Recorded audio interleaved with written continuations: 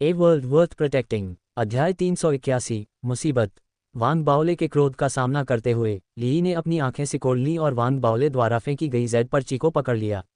उसे अपने हाथों में पकड़कर उसने एक नज़र डाली और गंभीर हो गई। वह जानती थी कि उसने जो किया है वह अंततः उजागर हो जाएगा, लेकिन उसने नहीं सोचा था कि यह इतनी जल्दी हो जाएगा।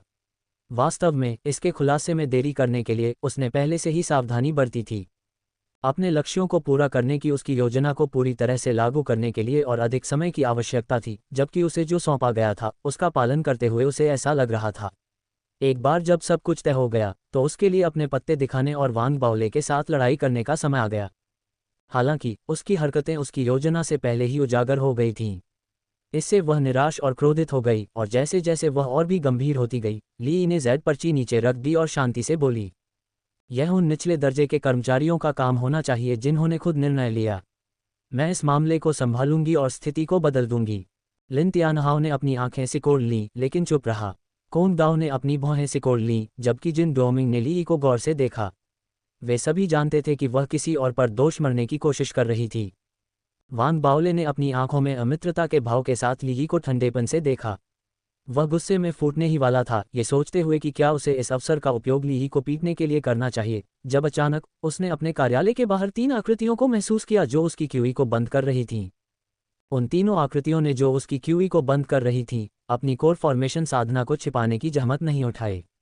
वे 4 दाव कॉलेजों से आए थे और ली के दाव संरक्षक थे। इसे और अधिक सटीक रूप से कहें तो वे ही थे जो नए शहर क्षेत्र में 4 दाव कॉलेजों के हितों की गारंटी देंगे। वे तीनों व्हाइट डियर दाव college, white deer branch college और होली रिवर दाव कॉलेज से आए थे। इथरियल दाव कॉलेज ने अपने कुलीनों को आने की व्यवस्था नहीं की, जाहिर है क्योंकि यह वांग बाओले को रोकने की उनकी योजना का हिस्सा था। आखिरकार नए शहर क्षेत्र को कमतर नहीं आंका जाना था। यह एक महत्वपूर्ण स्थान पर था, इसलिए चाहे वह ली हो या जिन डोमिंग, उनके पास उनके साथ साथ पहरा देने वाले लोग थे। केवल लिन तियानहाओ और कोंग दाओ के पास ऐसे संरक्षक नहीं थे, क्योंकि भले ही लिन तियानहाओ के पास मजबूत समर्थन था, लेकिन वह सीनेट का नहीं बल्कि खुद का प्रतिनिधित्व करता था। दूसरी ओर कोंग दाओ मंगल सेना से था, जिसे स्थानीय गुट माना जा सकता है। टेलीपोर्टेशन के माध्यम से भेजे जाने की सुविधा के साथ इसने स्वाभाविक रूप से संरक्षकों की आवश्यकता को समाप्त कर दिया। 3 कोर फॉर्मेशन साधकों द्वारा अपने क्यूई को बंद कर दिए जाने के बाद वांग बाओले की आंखों में एक ठंडी नज़र चमक उठी। भले ही उसके पास बंद होने के बावजूद ली को जबरदस्ती सबक सिखाने का साधन था, लेकिन उसने इसके बारे में सोचा और अपने दिमाग में शातिर विचारों को गहराई से दबा दिया। उन्होंने तुरंत कार्रवाई करने का विकल्प नहीं चुना, बल्कि एक ठंडी आवाज में बात की जो गूंजती रही। लोगों को स्थानांतरित करने का मुद्दा अब सबसे महत्वपूर्ण है। नए शहर क्षेत्र के लिए विभाजन बनाने की भी आवश्यकता है। चूंकि आज सभी यहाँ हैं, इसलिए हम नए शहर क्षेत्र को 4 छोटे क्षेत्रों में विभाजित करेंगे, जिसमें आप में से प्रत्येक इसके निर्माण की देखरेख करेंगे। पूर्वी और दक्षिणी क्षेत्र मेयर लिन तियानहाओ और मेयर जिन डोमिंग के अधीन होंगे। उत्तरी क्षेत्र मेयर कोंग दाओ के अधीन होगा, जबकि मेयर ली शेष पश्चिमी क्षेत्र के प्रभारी होंगे। इसके अलावा ली, आपको इस मामले के लिए मुझे स्पष्टीकरण देना चाहिए। जब वांग बाओले बोल रहे थे तो ली ने अपनी भौहें थोड़ी सिकुड़ीं। शुरू में यह महसूस करने के बाद कि वांग बाओले की क्यूई बंद हो गई थी, वह श्रेष्ठ महसूस कर रही थी, क्योंकि उसके पास 4 दाव कॉलेजों का समर्थन था, जिसने उसे एक मजबूत स्थिति दी। हालांकि वांग बाओले ने जो कहा उसे सुनकर वह असहज महसूस कर रही थी। वांग बाओले ने उसे दी गई शक्ति को छोड़ने की बात नहीं की, बल्कि उस शक्ति को 4 भागों में विभाजित कर दिया ताकि वह केवल उसके एक हिस्से की ही प्रभारी हो। हालांकि वांग बाओले ने उसकी गलत हरकतों को पकड़ लिया था। इस तरह भले ही वह दुखी थी और 4 दाव कॉलेजों का समर्थन होने के बावजूद उसके पास व्यवस्था को अस्वीकार करने का कोई बहाना नहीं था। अपनी खामोशी में उसने आह भरी, मैं इस मामले के संबंध में आपको निश्चित रूप से स्पष्टीकरण दूंगी। अगर और कुछ नहीं है तो मैं अपनी जांच करने के लिए वापस आऊंगी और अब विदा लेती हूं।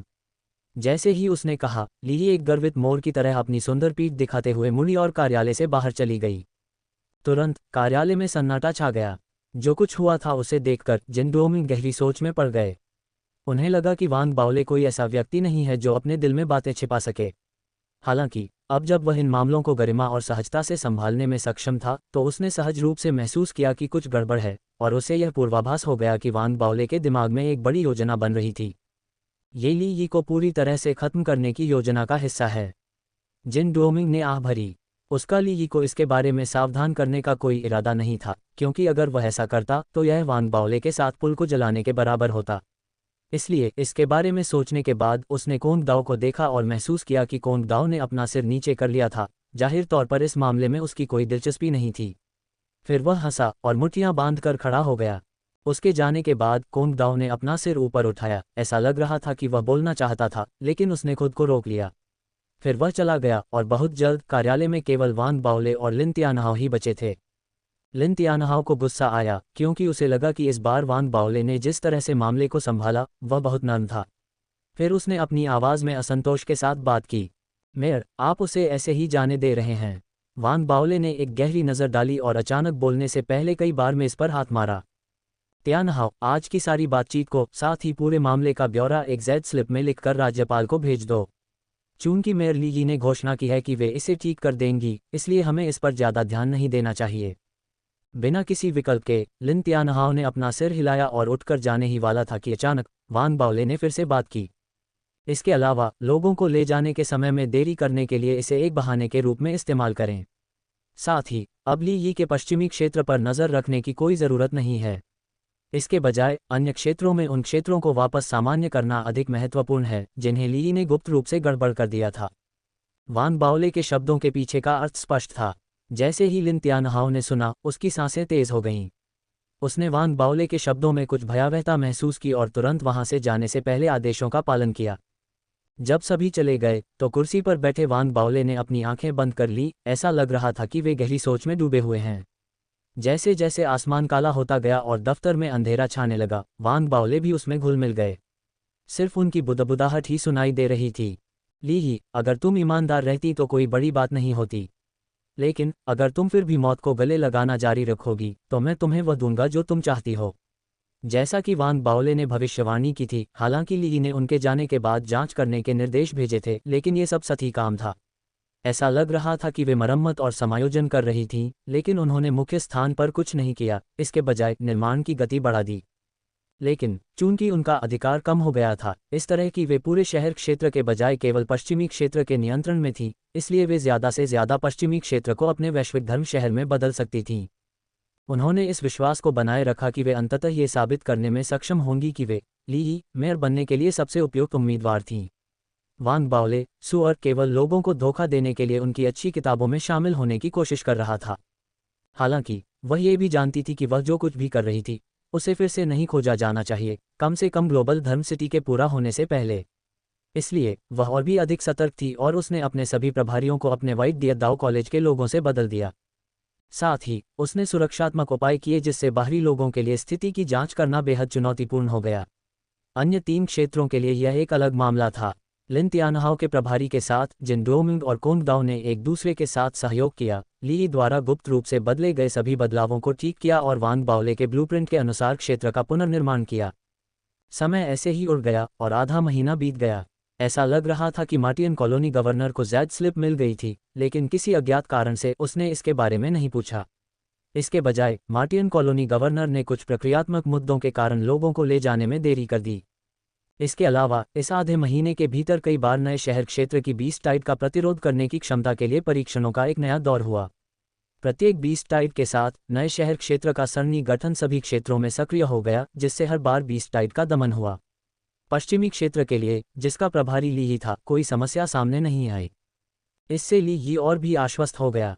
ऐसा विशेष रूप से तब हुआ जब एक बार बीस्ट टाइड का बल काफी बढ़ गया और पश्चिमी क्षेत्र में एक भ्रामक गोलाकार चमक दिखाई दी जिसका प्रभारी ली ही था। जैसे ही चमक परावर्तित हुई, इसने दिव्य आयुध कैटाकॉम्ब में सरणी गठन को मजबूत किया, जिसके परिणामस्वरूप बीस्ट टाइड को गंभीर क्षति हुई। उस परीक्षण ने ली के आत्मविश्वास को काफी हद तक बढ़ा दिया। उसके पास पहले से ही कुछ सबूत थे कि उसका वैश्विक धर्म शहर वान बाओले के अनंत किले से अधिक उपयुक्त और अधिक शक्तिशाली था। अब समय आ गया है कि उसे सत्ता संभालनी चाहिए। स्थिति को देखते हुए ली अधीर हो गई। उसने अपने वैश्विक धर्म शहर के लाभों के साथ साथ बीस्ट टाइड का विरोध करने में इसके प्रदर्शन का सारांश दिया और वान बाओले को चुनौती देने के लिए वाइट दियदाओ कॉलेज से संपर्क करने की योजना बनाई ताकि मार्टियन शहर अपने प्रत्येक शहर की उपयुक्तता का पुनर्मूल्यांकन कर सके। उसी रात अचानक एक ऐसा बदलाव हुआ जिसके लिए वह तैयार नहीं थी। एक नया कैटाकॉम्ब प्रवेश द्वार, जो दिव्य आयुध कैटाकॉम्ब से अलग होता हुआ प्रतीत होता था, ली के पश्चिमी क्षेत्र में दिखाई दिया। ली कैटाकॉम्ब के प्रकट होने का अनुमान नहीं लगा सकती थी। जब नया प्रवेश द्वार अस्तित्व में आया तो वह गहन ध्यान में थी। विस्फोट की गड़गड़ाहट की आवाज़ आसमान तक पहुंच गई और धरती कांप उठी। पश्चिमी क्षेत्र के केंद्र में एक सार्वजनिक चौक था, लेकिन तब से यह ढह गया और धंस गया, जिससे एक विशाल गड्ढा बन गया। गड्ढे से ठंडी, भयानक हवा बह रही थी, जिससे आसपास के क्षेत्र में बर्फीली ठंड फैल रही थी। ठंडी हवा की लहरों के साथ जानवरों की अनगिनत भीड़ थी। ये पहली बार नहीं था जब दिव्य आयुध कैटाकॉम्ब से जुड़ा एक नया कैटाकॉम्ब दिखाई दिया। रक्त गुफा जहां लिन तियानहाओ को खतरे का सामना करना पड़ा था, एक ऐसी ही स्थिति थी। राज्यपाल के विश्लेषण और आकलन के आधार पर उसने अनुमान लगाया था कि ऐसी घटनाएं होंगी और उसने आवश्यक निवारक उपाय किए थे। नया शहर क्षेत्र ऐसी घटनाओं को रोकने और प्रबंधित करने के लिए एक ऐसा उपाय था। वान बाओले को नए कैटाकॉम्ब की घटना के बारे में पूरी जानकारी नहीं थी। हालांकि वह महसूस कर सकता था कि नए शहर क्षेत्र के सरणी गठन के माध्यम से कुछ गलत हो गया था। यदि सरणी संरचना उसकी योजनाओं के आधार पर बनाई गई होती और उसमें कोई खामियां या अंतराल नहीं होते, और यदि पूरा शहर सही ढंग से चल रहा होता और सभी पहिए सुचारू रूप से घूमते, तो नए भूगर्भीय कब्रिस्तान का प्रकट होना मुश्किल होता। यदि यह प्रकट भी होता तो ये शहर के अंदर नहीं बल्कि कहीं और होता। हालांकि ये स्पष्ट था कि वैश्विक धर्म शहर जिसे ली परिपूर्ण मानता था, वह क्यूई फॉस्टरिंग स्पिरिट सरणी संरचना के साथ पूरी तरह से घुल मिल नहीं पाया और न ही मेल खाता, जिसके परिणामस्वरूप समस्याएं उत्पन्न हुईं। ऐसी असंगतियों को सामान्य रूप से खोजना मुश्किल हो सकता था, क्योंकि वे बहुत अच्छी तरह से छिपी हुई थीं। हालांकि ऐसे महत्वपूर्ण क्षणों में वे पूरी तरह से उजागर हो जातीं। नए भूगर्भीय कब्रिस्तान अन्य 3 क्षेत्रों में कभी प्रकट नहीं हो पाते। पश्चिमी क्षेत्र में मौजूद खामियों ने इसके प्रकट होने का अवसर प्रदान किया। इसके विस्फोट ने स्वर्ग और पृथ्वी को हिलाकर रख दिया। उस क्षण ली द्वारा गुप्त रूप से खेली जा रही सस्ती चालें सभी उजागर हो गईं और सभी के सामने खुल गईं। कानफुरु विस्फोटों ने नए शहर क्षेत्र में सभी को भयभीत कर दिया। ली का चेहरा पीला पड़ गया।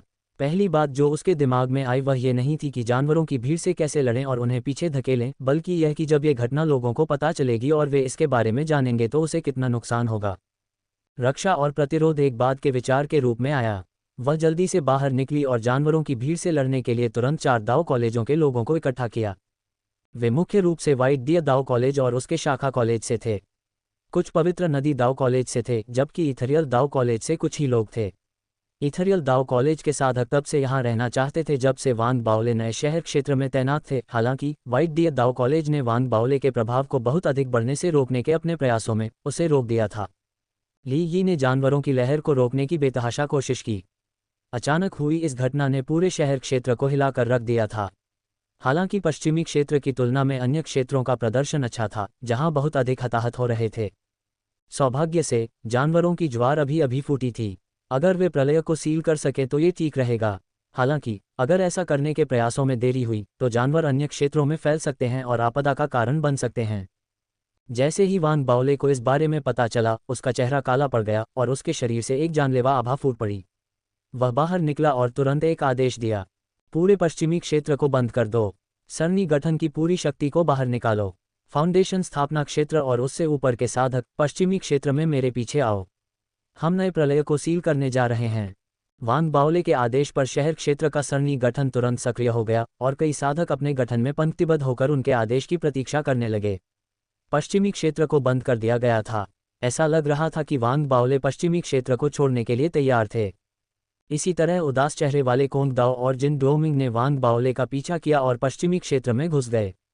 लिन तियानहाओ को बाहर पहरा देने का निर्देश दिया गया था और वान बाओले की बाकी लोगों के लिए चिंता का मतलब था कि उन्हें भी साथ नहीं लाया गया। कम से कम 10,000 साधकों ने जल्द ही वान बाओले का अनुसरण किया और पश्चिमी क्षेत्र में घुस गए। उनमें से 6 से 7 कोर फॉर्मेशन क्षेत्र के साधक थे। वे तेजी से आगे बढ़े और पश्चिमी क्षेत्र में नए भूगर्भीय कब्रिस्तान के पास पहुंचे। ली और उसके लोग जानवरों के साथ भयंकर युद्ध में लगे हुए थे। उसके सभी लोग घायल हो गए और पीछे हटने को मजबूर हो गए।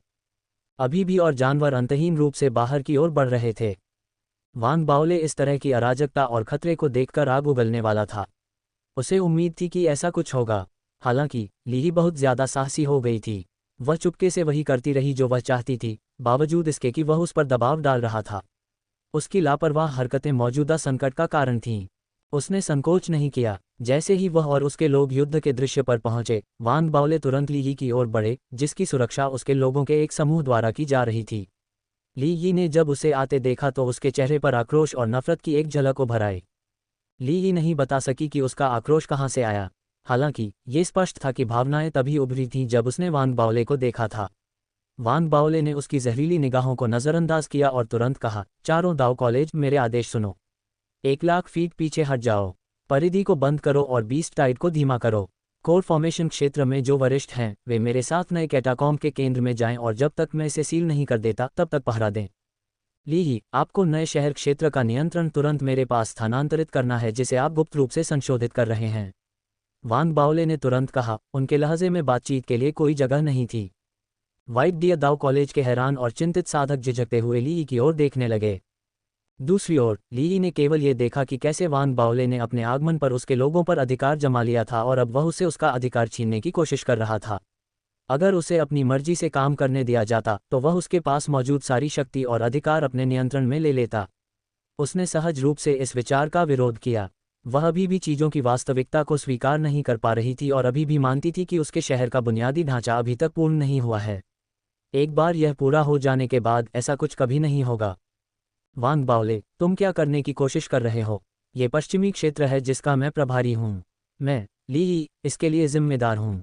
हमें छोड़ दो। ली की आवाज़ तीखी थी। उसने जोरदार विरोध किया। वह स्पष्ट रूप से जानती थी कि अगर वह मौजूदा स्थिति को नियंत्रित करने और संभालने में कामयाब रही तो सब कुछ ठीक हो जाएगा। हालांकि अगर वान बाओले ही स्थिति को हल करने वाले थे तो न्यू मार्स क्षेत्र में उनका भविष्य अनिश्चित होगा। तुम इसे संभालोगे? तुम बड़े स्तन वाले, बिना दिमाग वाले कचरे के टुकड़े, तुम इसे कैसे संभालोगे? 4 दाव कॉलेजों से जीवन का व्यापार करके। वान बाओले ने जो गुस्सा काबू में रखा था वह फूट पड़ा। उसने बिना किसी हिचकिचाहट के आगे बढ़कर ली के बगल में खड़ा हो गया। उसने अपना दाहिना हाथ उठाया और उसे जोर से मारा। उसकी देर से चल रही फाउंडेशन स्थापना क्षेत्र की साधना फूट पड़ी। ली उसका मुकाबला नहीं कर सकती थी, खासकर उसके दिमाग में भावनाओं का ज्वार और अस्थिरता थी। वान बाओले के एक ही थप्पड़ से वह तुरंत उड़ गई। वह एक जोरदार धमाके के साथ पीछे गिर पड़ी और उसके होठों से खून बहने लगा। उसके आसपास व्हाइट डियर दाव कॉलेज के कोर फॉर्मेशन क्षेत्र के साधक उसे ऐसा होने से रोक सकते थे, लेकिन उन्होंने ली के किए कामों को देखा था। साथ ही वान बाओले ने मौजूदा स्थिति को बचाने की कोशिशें भी देखी थीं। अगर वे वान बाओले को रोकने की कोशिश करते तो उन्हें इसके परिणामों पर विचार करना पड़ता। उन्हें सोचना पड़ता कि उनकी प्रतिक्रियाएं चीज़ों की भव्य योजना को कैसे प्रभावित करेंगी। आखिरकार उनकी चिंता व्हाइट डियर दाव कॉलेज के हितों की थी। ली ने जो किया था और उसके कार्यों के परिणाम स्पष्ट रूप से व्हाइट डियर दाव कॉलेज को प्रतिकूल रूप से प्रभावित करने वाले थे, इसलिए वे हिचकिचा रहे थे। इसका नतीजा ये हुआ कि ली को वान बाओले ने पीछे धकेल दिया। वान बाओले की ठंडी और उदासीन आवाज़ गूंजने से पहले ली को अपना गुस्सा जाहिर करने का मौका नहीं मिला। ली को गिरफ्तार करो। जब वान बाओले ने यह कहा तो उसकी नज़र ली के आसपास के 4 दाव कॉलेजों के साधकों पर पड़ी। उसने खास तौर पर व्हाइट डियर दाव कॉलेज के लोगों को घूरा। ली के पास अपने होठों से खून पोंछने का समय नहीं था। उसके बाल झड़ गए थे और पागलपन और बर्बरता ने उसकी आंखों को रंग दिया था। वह चीख पड़ी, वान बाओले, तुमने मुझ पर हाथ उठाने की हिम्मत की। एल्डवो, वान बाओले को नीचे गिराने में मेरी मदद करो। मैं, ली, आज जो कुछ भी होगा उसकी पूरी जिम्मेदारी लूंगा। बकवास। मैं, वान बाओले, 4 दाव कॉलेजों में से हूँ। व्हाइट डियर दाव कॉलेज का भी मैं सम्मान करता हूँ। ली, तुमने यहाँ बहुत बड़ी गड़बड़ी की है। क्या तुम उम्मीद करते हो कि हम 4 दाव कॉलेज तुम्हारे साथ नीचे गिर जाएंगे? व्हाइट डियर दाव कॉलेज के साधक चुप हो गए। वान बाओले और ली के बीच तुलना बहुत ही तीखी थी। एक शांत था और दूसरा पागल। इसके अलावा वान बाओले सही थे। ली ने स्पष्ट रूप से गलती की थी। ये घटना निश्चित रूप से संघ में हंगामा मचाएगी। ली को जिम्मेदार ठहराया जाना तय था। अगर व्हाइट डियर दाव कॉलेज ली का साथ देने पर जोर देता तो वे जांच और आलोचना से बच नहीं पाते। उनके सामने केवल एक ही विकल्प था। वे अच्छी तरह समझ गए थे कि ली का अंत हो चुका था। वान बाओले 4 दाव कॉलेजों में से एकमात्र प्रतिनिधि बन गए थे जिनके पास नए शहर क्षेत्र में अधिकार था। भले ही व्हाइट डियर दाव कॉलेज ऐसा करने के लिए तैयार न हो, लेकिन उनके पास कोई विकल्प नहीं था। अगर वे अभी भी नए शहर क्षेत्र में अपनी उपस्थिति बनाए रखना चाहते थे तो वान बाओले का समर्थन करने के अलावा। वान बाओले को यह सब पता था। जैसे ही उसने बोलना समाप्त किया और समूह को ठंडे अंदाज में देखा, व्हाइट डियर दाव कॉलेज के 2 कोर फॉर्मेशन दायरे के साधकों में से एक ने तुरंत कहा, ली को गिरफ्तार करो। ली के चेहरे पर चिंता की लकीरें उभर आईं। व्हाइट डियर दाव कॉलेज के साधक तुरंत आगे बढ़े और लंगड़े और पीले ली को ले गए। चारों दाव कॉलेजों के सभी लोगों ने तुरंत वान बाओले को प्रणाम किया। यह उनके रवैये में आए बदलाव का स्पष्ट संकेत था। हालांकि वान बाओले के पास राहत के लिए समय नहीं था। उसने तुरंत एक आदेश जारी किया और सभी को अपने साथ बीस्ट टाइड से लड़ने के लिए ले आया। उसने नए शहर क्षेत्र में सरणी गठन में तेजी से हेरफेर किया और पूरे क्षेत्र को सरणी गठन में घेर लिया। वह नए भूगर्भ कब्रिस्तान को सील करने जा रहा था। नए कब्रिस्तान को सील करना कोई आसान काम नहीं था। सौभाग्य से वर्तमान बीस्ट टाइड का पैमाना छोटा था। इसने उन्हें पूरी तरह से आश्चर्यचकित कर दिया था। हालांकि नए शहर क्षेत्र में मौजूद युद्ध क्षमताओं के साथ जानवरों से लड़ना असंभव नहीं था। वान बाओले ने सबसे सरल, सबसे सीधा और सबसे क्रूर समाधान चुना। उसने लीगी को गिरफ्तार कर लिया, लीगी के वैश्विक धर्म शहर पर नियंत्रण कर लिया और उससे छीने गए अधिकार के साथ पूरे शहर क्षेत्र को बंद कर दिया। फिर उसने सभी को क्षेत्र खाली करने का आदेश दिया। वान बाओले ने नए कब्रिस्तान के आसपास के क्षेत्र को बंद कर दिया और जानवरों को क्षेत्र के भीतर फंसा दिया। फिर उसकी आंखों में एक बर्फीली चमक चमक उठी। बिना किसी हिचकिचाहट के उसने तोपों को फायर करने का आदेश दिया। इस क्षेत्र को छोड़कर नए शहर क्षेत्र के बाकी हिस्से को वान बाओले के अनंत किले के डिज़ाइन के अनुसार बनाया गया था और QE fostering spirit array formation द्वारा संवर्धित किया गया था। सरणी संरचना की शक्ति आसमान तक पहुंच गई। कई बाओले तोपें और अग्निदेव तोपें तुरंत प्रकट हुईं। उन्होंने पश्चिमी क्षेत्र पर निशाना साधा, नए कब्रिस्तानों को निशाना बनाया और एक साथ गोलीबारी की। अन्य 3 क्षेत्रों से संयुक्त तोपखाने बलों ने सब कुछ मिटा देने की धमकी दी। तोपों की आग बीस्ट टाइड पर बरस पड़ी। हवा में गोलियां गरजने लगीं। सरणी संरचना अंतहीन धागों में बदल गई जो जानवरों को चीरती हुई और काटती हुई, मांस को विकृत करती हुई और खून बहाती हुई निकल गई। पीड़ा की चीखें आकाश को चीरती हुई निकल गईं। हमले में पूरे पश्चिमी क्षेत्र का एक अच्छा आधा हिस्सा नष्ट हो गया, इमारतें ढह गईं और धूल में बिखर गईं। लेकिन वान बाओले को इसकी परवाह नहीं थी। वह जानता था कि मुख्य बात स्थिति को जल्दी से नियंत्रण में लाना था। क्षेत्र में कोई श्रमिक नहीं थे, केवल इमारतें बची थीं। ये सच था कि क्षेत्र के निर्माण में महत्वपूर्ण संसाधन लगे थे, लेकिन चूंकि ली ने एक गलत काम किया था, इसलिए उसे और व्हाइट डियर दाओ कॉलेज को परिणामी विनाश के लिए भुगतान करना होगा। जब कई तोपों से लगातार गोलियां चलाई गईं, तो धमाकों की आवाज़ें गूंज उठीं। धरती कांप उठी। जिन डोमिंग और कोंग दाओ वान बाओले के पास खड़े थे, हैरान। उनकी नज़रें एक ही समय पर वान बाओले पर पड़ीं। वान बाओले के चेहरे पर हमेशा की मुस्कान गायब हो गई थी। उसकी जगह एक ठंडा, भावहीन रूप आ गया था और उसकी आंखों में ठंडी रोशनी चमक रही थी। यह आदमी बहुत क्रूर है। कोंग दाओ और जिन डोमिंग वान बाओले के असली चरित्र के बारे में एक ही गहरी समझ पर पहुंचे। हो सकता है कि अतीत में उनके पास समान आकलन रहे हों, लेकिन वान बाओले का सामान्य व्यवहार क्रूर के बिल्कुल विपरीत था। इससे दूसरों के लिए ये भूलना आसान हो गया कि वे उसके असली चरित्र के बारे में क्या जानते थे। हालांकि उस समय उसने तुरंत पश्चिमी क्षेत्र के आधे हिस्से को छोड़ने का फैसला किया था। ये सच था कि पश्चिमी क्षेत्र के कर्मचारी बहुत पहले ही खाली हो चुके थे, लेकिन ऐसा निर्णय हर कोई इतनी निर्णायक रूप से नहीं ले सकता था। तोपों के गोलों के एक और दौर के बाद, जब जानवरों की लहर को आखिरकार तोपों की आग से पीछे धकेला जा रहा था, वान बाओले ने गहरी सांस ली और तुरंत ही साधकों की एक बड़ी सेना का नेतृत्व करते हुए पश्चिमी क्षेत्र में हमला किया, जहां जानवरों को फंसाया गया था और सील कर दिया गया था। वे अपने पीछे मौत और विनाश छोड़ गए। जो भी जानवर अवशेष उनके सामने आए, उन्हें नष्ट कर दिया, इससे पहले कि वे अंततः नए कब्रिस्तान के स्थान पर पहुंचें। वान बाओले ने भयानक कब्रिस्तान को देखा। अंदर से ठंडी हवा निकल रही थी। उसने तुरंत हाथ की मुहरों की एक श्रृंखला बनाई और अपने अधिकार का उपयोग करके नए सरणी गठन तक पहुंचकर नए कब्रिस्तान को सील कर दिया। सरणी गठन से किस्में दिखाई दी, सभी दिशाओं से तेजी से आगे बढ़ीं और कब्रिस्तानों पर तेजी से खुद को बुनती रहीं। तभी अंदर से आक्रोश और क्रोध से भरी एक दहाड़ गूंजी।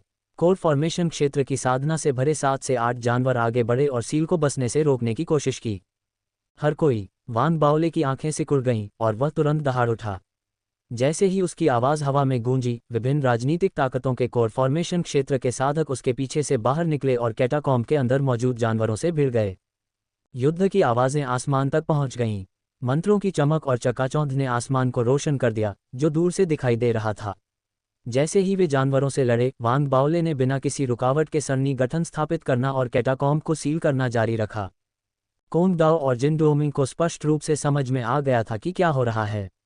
यह नए शहर क्षेत्र की सुरक्षा से संबंधित था। यदि वे अपनी सुरक्षा में इस खामी को ठीक करने में विफल रहे, तो लीगी अकेले जिम्मेदार नहीं होंगे, बल्कि उन दोनों को भी दोषी ठहराया जाएगा। इसके अलावा उन्होंने सर्वसम्मति से मामले को गुप्त रखने का फैसला किया था। उन्होंने राज्यपाल को इसकी सूचना नहीं दी थी। लिन तियानहाओ ने किसी भी खबर को लीक होने से रोकने के लिए निवारक उपाय भी किए थे। बेशक इतने सारे लोगों के प्रत्यक्षदर्शी होने के कारण यह अपरिहार्य था कि राज्यपाल को इस मामले के बारे में पता चले। हालांकि यदि वे प्रशासन द्वारा जवाबदेही के बारे में उनसे सवाल करने से पहले इसे हल कर सकते हैं तो एकमात्र व्यक्ति जिसे जिम्मेदार ठहराया जाएगा वह ली ही होगा। सभी ने एक ही समझ साझा की। वे ये भी जानते थे कि समय महत्वपूर्ण था। यही कारण था कि हर राजनीतिक ताकत से हर कोई इस समय अपनी पूरी ताकत लगा रहा था और अपने पास मौजूद हर चीज़ के साथ जानवरों की भीड़ से लड़ रहा था। वे सभी वान बाओले को कब्रिस्तान को सील करने का समय देने के लिए लड़ रहे थे। जैसे ही सभी ने मिलकर बीस्ट टाइड को पीछे धकेला, युद्ध में गतिरोध स्थापित किया, एक भयानक गरजने वाली गर्जना अचानक कैटाकॉम्ब के अंदर से फूट पड़ी। गड़गड़ाहट के साथ चटकने की आवाज़ें भी आ रही थीं, जैसे कैटाकॉम्ब में तेज़ी से फैलती बर्फ की आवाज़ें। ऐसा लग रहा था जैसे कोई विशाल हाथ नए कैटाकॉम्ब की गहराई से बाहर की ओर पहुंच रहा हो। जहां से वह गुजरा वहां की दीवारें बर्फ में बदल गईं। बाहर निकलने के लिए संघर्ष कर रहे सभी जानवर ठंड से प्रभावित हुए और तुरंत बर्फ में बदल गए। विशाल हाथ आगे बढ़ा, एक भयानक और जबरदस्त आभा बिखेरते हुए। कोर फॉर्मेशन क्षेत्र के लोगों सहित आसपास के साधक सभी घबरा गए। वे मुश्किल में फंस गए थे। वान बाओले की मुहर अभी पूरी नहीं हुई थी। वान बाओले की सांसें तेज हो गईं। उन्हें पता था कि अगर वे जानवरों को रोक नहीं पाए तो उनके पास गवर्नर को सूचित करने के अलावा कोई विकल्प नहीं होगा। जब तक उसके पास कोई और विकल्प न हो वह ऐसा करने को तैयार नहीं था। उसकी आंखों में एक बर्फीली चमक चमक उठी। उसने अपने दिल में शास्त्र के पहले कुछ शब्द बोले। ज्ञान प्राप्त हुआ। वे शब्द वान बाओले के दिल में गूंज उठे। दूर के आकाश में अचानक एक जानी पहचानी उपस्थिति उभरी। यह अतीत में जो हुआ था उससे अलग था। वान बाओले स्पष्ट रूप से महसूस कर सकता था, ब्रह्मांड के दूर के क्षेत्रों से आंखें खुल रही थीं और अचानक से देख रही थीं। हे भगवान, क्या मैंने उसे जगा दिया? वान बाओले कांप उठा। हालांकि उसके पास सोचने का समय नहीं था, क्योंकि वह भयानक उपस्थिति ब्रह्मांड में यात्रा करके नीचे उतरी। वह विशाल हाथ जो पागलपन से और बिना किसी डर के आगे बढ़ा हुआ था, अचानक हिंसक रूप से कांप उठा। ऐसा लग रहा था कि वह भयभीत था और आगे बढ़ने की हिम्मत नहीं कर रहा था। इसके बजाय वह जल्दी से पीछे हट गया, जैसे कि एक चूहे ने अभी अभी एक बिल्ली को देखा हो। ये नज़ारा देखकर सभी चौंक गए। उन्होंने राहत की सांस ली और उनके दिलों में एक अवर्णनीय भावना पैदा हुई। उन्होंने भी अविश्वसनीय उपस्थिति को महसूस किया था। उन्होंने अपनी आंखों में एक अजीब और उत्सुक नज़र से वान बाओले को देखा। हालांकि वे नए कब्रिस्तान को सील करने के अपने प्रयास में एक महत्वपूर्ण चरण में थे। किसी के पास आगे सोचने का समय नहीं था। उन्होंने अचानक दमनकारी उपस्थिति का उपयोग किया और जानवरों की ज्वार के खिलाफ अपने प्रतिरोध को तेज कर दिया। वान बाओले ने भी उद्घाटन को जब्त कर लिया और सील करना पूरा कर दिया। सरनी गठन के तार अंततः नए कब्रिस्तान पर एक पूर्ण जाल में बदल गए। जानवर अंदर फंस गए थे और जब वे सीट पर हमला करते रहे तो वे इसे हिला नहीं सके। वान बाओले ने राहत की सांस ली। उन्होंने जल्दी से उन जानवरों को भगाने के लिए साधकों को संगठित किया जो भाग गए थे। उन्होंने लिन त्यानहाओ को यह भी आदेश दिया कि वे अन्य 3 क्षेत्रों के साधकों को पश्चिमी क्षेत्र में परिधि से शुरू करके अपनी खोज में अंदर की ओर ले जाएं। उन्हें यह सुनिश्चित करना था कि एक भी जानवर न बचा हो। घटना की शुरुआत से लेकर पूरे क्षेत्र में शिकार से लेकर पश्चिमी क्षेत्र में कोई जानवर न बचे होने की अंतिम पुष्टि तक पूरी घटना 4 घंटे तक चली। 4 घंटे बीत जाने के बाद आखिरकार राज्यपाल की ओर से कड़ी फटकार आई। राज्यपाल को स्पष्ट रूप से बताया गया था कि खतरा सुलझ गया है, इसलिए वह इस घटना के कारण का पता लगाने पर केंद्रित थी।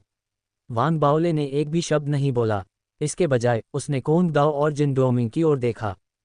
कोंगडाओ ने वान बाओले को बीस्ट टाइड को पीछे धकेलते और स्थिति को सुलझाते हुए देखा था। वान बाओले द्वारा उसे पहले बचाए जाने का दृश्य उसके दिमाग में आने से पहले वह कुछ देर के लिए चुप रहा। वान बाओले के प्रति उसकी भावनाएं और विचार जटिल थे, लेकिन उसे यह स्वीकार करना पड़ा कि वान बाओले के प्रति उसके मन में एक हद तक प्रशंसा थी। उसने एक गहरी सांस ली और अपने दृष्टिकोण और रुख से सब कुछ बताया। कैसे ली ने शहर की योजनाओं को एकतरफा रूप से संशोधित किया, कैसे उसने बीस्ट टाइड को भड़काया और कैसे सब कुछ हल हो गया। उसने वह सब कुछ विस्तार से साझा किया जो वह जानता था। जिन डोमिंग ने अपना सिर हिलाया और व्यंग्यात्मक ढंग से मुस्कुराया। उसने मामले के बारे में कोई बयान नहीं दिया, लेकिन यह अपने आप में बहुत कुछ बताता है कि वास्तव में क्या हुआ था। लिन त्यानहाओ, जो एक तरफ खड़ा था, ने अपने द्वारा एकत्र किए गए सबूत राज्यपाल को सौंप दिए। उन्होंने एक जेड पर्ची भी सौंपी जिसमें उनकी प्रारंभिक बैठक की सामग्री थी, जिसे वान बाओले ने रिकॉर्ड करने का निर्देश दिया था। राज्यपाल के सामने तथ्य स्पष्ट रूप से रखे गए थे। राज्यपाल कुछ देर चुप रहीं। फिर उन्होंने ली को उनके उप महापौर पद से हटाने का तत्काल आदेश जारी किया। उन्हें मंगल ग्रह से बाहर स्थानांतरित किया जाना था और वे फिर कभी मंगल ग्रह पर पदभार ग्रहण नहीं कर सकेंगी। किसी के पद से हटाया जाना पहले से ही एक गंभीर सजा थी। ग्रह पर भविष्य के पदों से मंगल ग्रह के प्रशासन द्वारा काली सूची में डाला जाना और भी गंभीर सजा थी। इसने राज्यपाल के मामले के प्रति दृढ़ रुख और दृष्टिकोण को दर्शाया। ये स्पष्ट था कि वे अपनी नाराजगी प्रदर्शित कर रही थीं। ये 4 दाव कॉलेजों के साथ साथ अन्य राजनीतिक ताकतों के लिए भी एक सख्त चेतावनी थी। यदि वे मंगल ग्रह पर रहना चाहते हैं तो उन्हें उनके नियमों के अनुसार चलना होगा। उन्हें गंदी चालें चलना और गुप्त गतिविधियां करना बंद करना था। वास्तव में, उनकी राय में, ली को यह मिलना ही था। उनका विचार था कि वान बाओले को और अधिक निगरानी की आवश्यकता थी। हालांकि, वे अभी भी वही महापौर थे जिन्हें उन्होंने नियुक्त और मान्यता दी थी। अन्य राजनीतिक ताकतों का प्रतिनिधित्व करने वाले उपमहापौरों का तस्वीर में आना और सभी प्रकार की परेशानियां पैदा करना कुछ ऐसा था जिसने उन्हें बहुत नाराज किया। खास तौर पर, जब वान बाओले, वह बच्चा, इतना बहादुर और जिम्मेदार था। जब कोंगडाओ खतरे में था तो उसने आगे बढ़कर निडरता से बचाव का नेतृत्व किया था। दूसरी ओर, ली मौत से डरने वाला काया था, जो ऐसे महत्वपूर्ण समय में वान बाओले से सत्ता हथियाने की कोशिश करता रहा था। इससे राज्यपाल को उसकी छवि और भी खराब लगी। ली की सजा के सामने 4 दाव कॉलेज चुप रहे। व्हाइट डियर दाव कॉलेज ने इस्तीफा दे दिया था। वे निराश थे, लेकिन सब कुछ तय हो चुका था।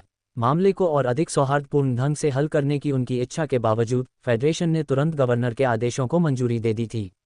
उनकी प्रतिक्रिया की तेजी इस मामले के प्रति फेडरेशन के रवैये के बारे में बहुत कुछ बताती है। व्हाइट डियर दाव कॉलेज के पास उनके सामने केवल एक ही विकल्प था। वह था वान बाओले का समर्थन करना।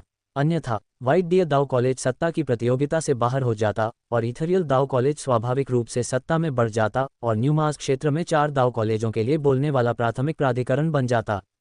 इस्तीफा देने के बाद व्हाइट डियर दाव कॉलेज के लोगों ने आपस में चर्चा की और अंततः इथरियल दाव कॉलेज से संपर्क किया।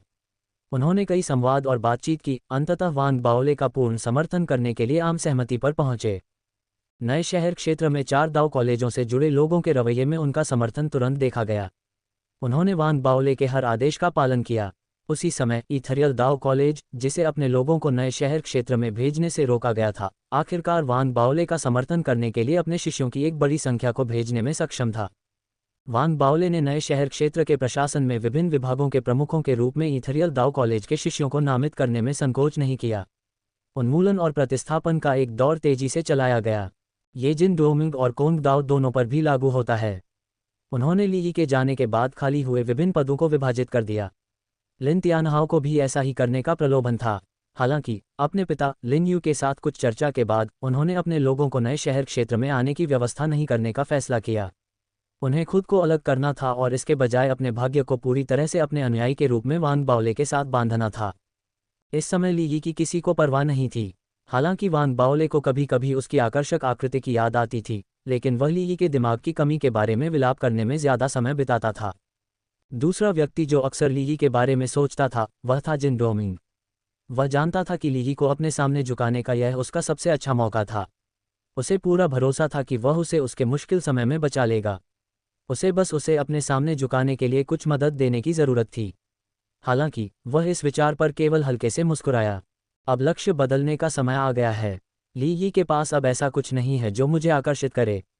मुझे लगता है, लिशियू की बहन, लीवान एर, एक बड़ी चुनौती साबित होनी चाहिए।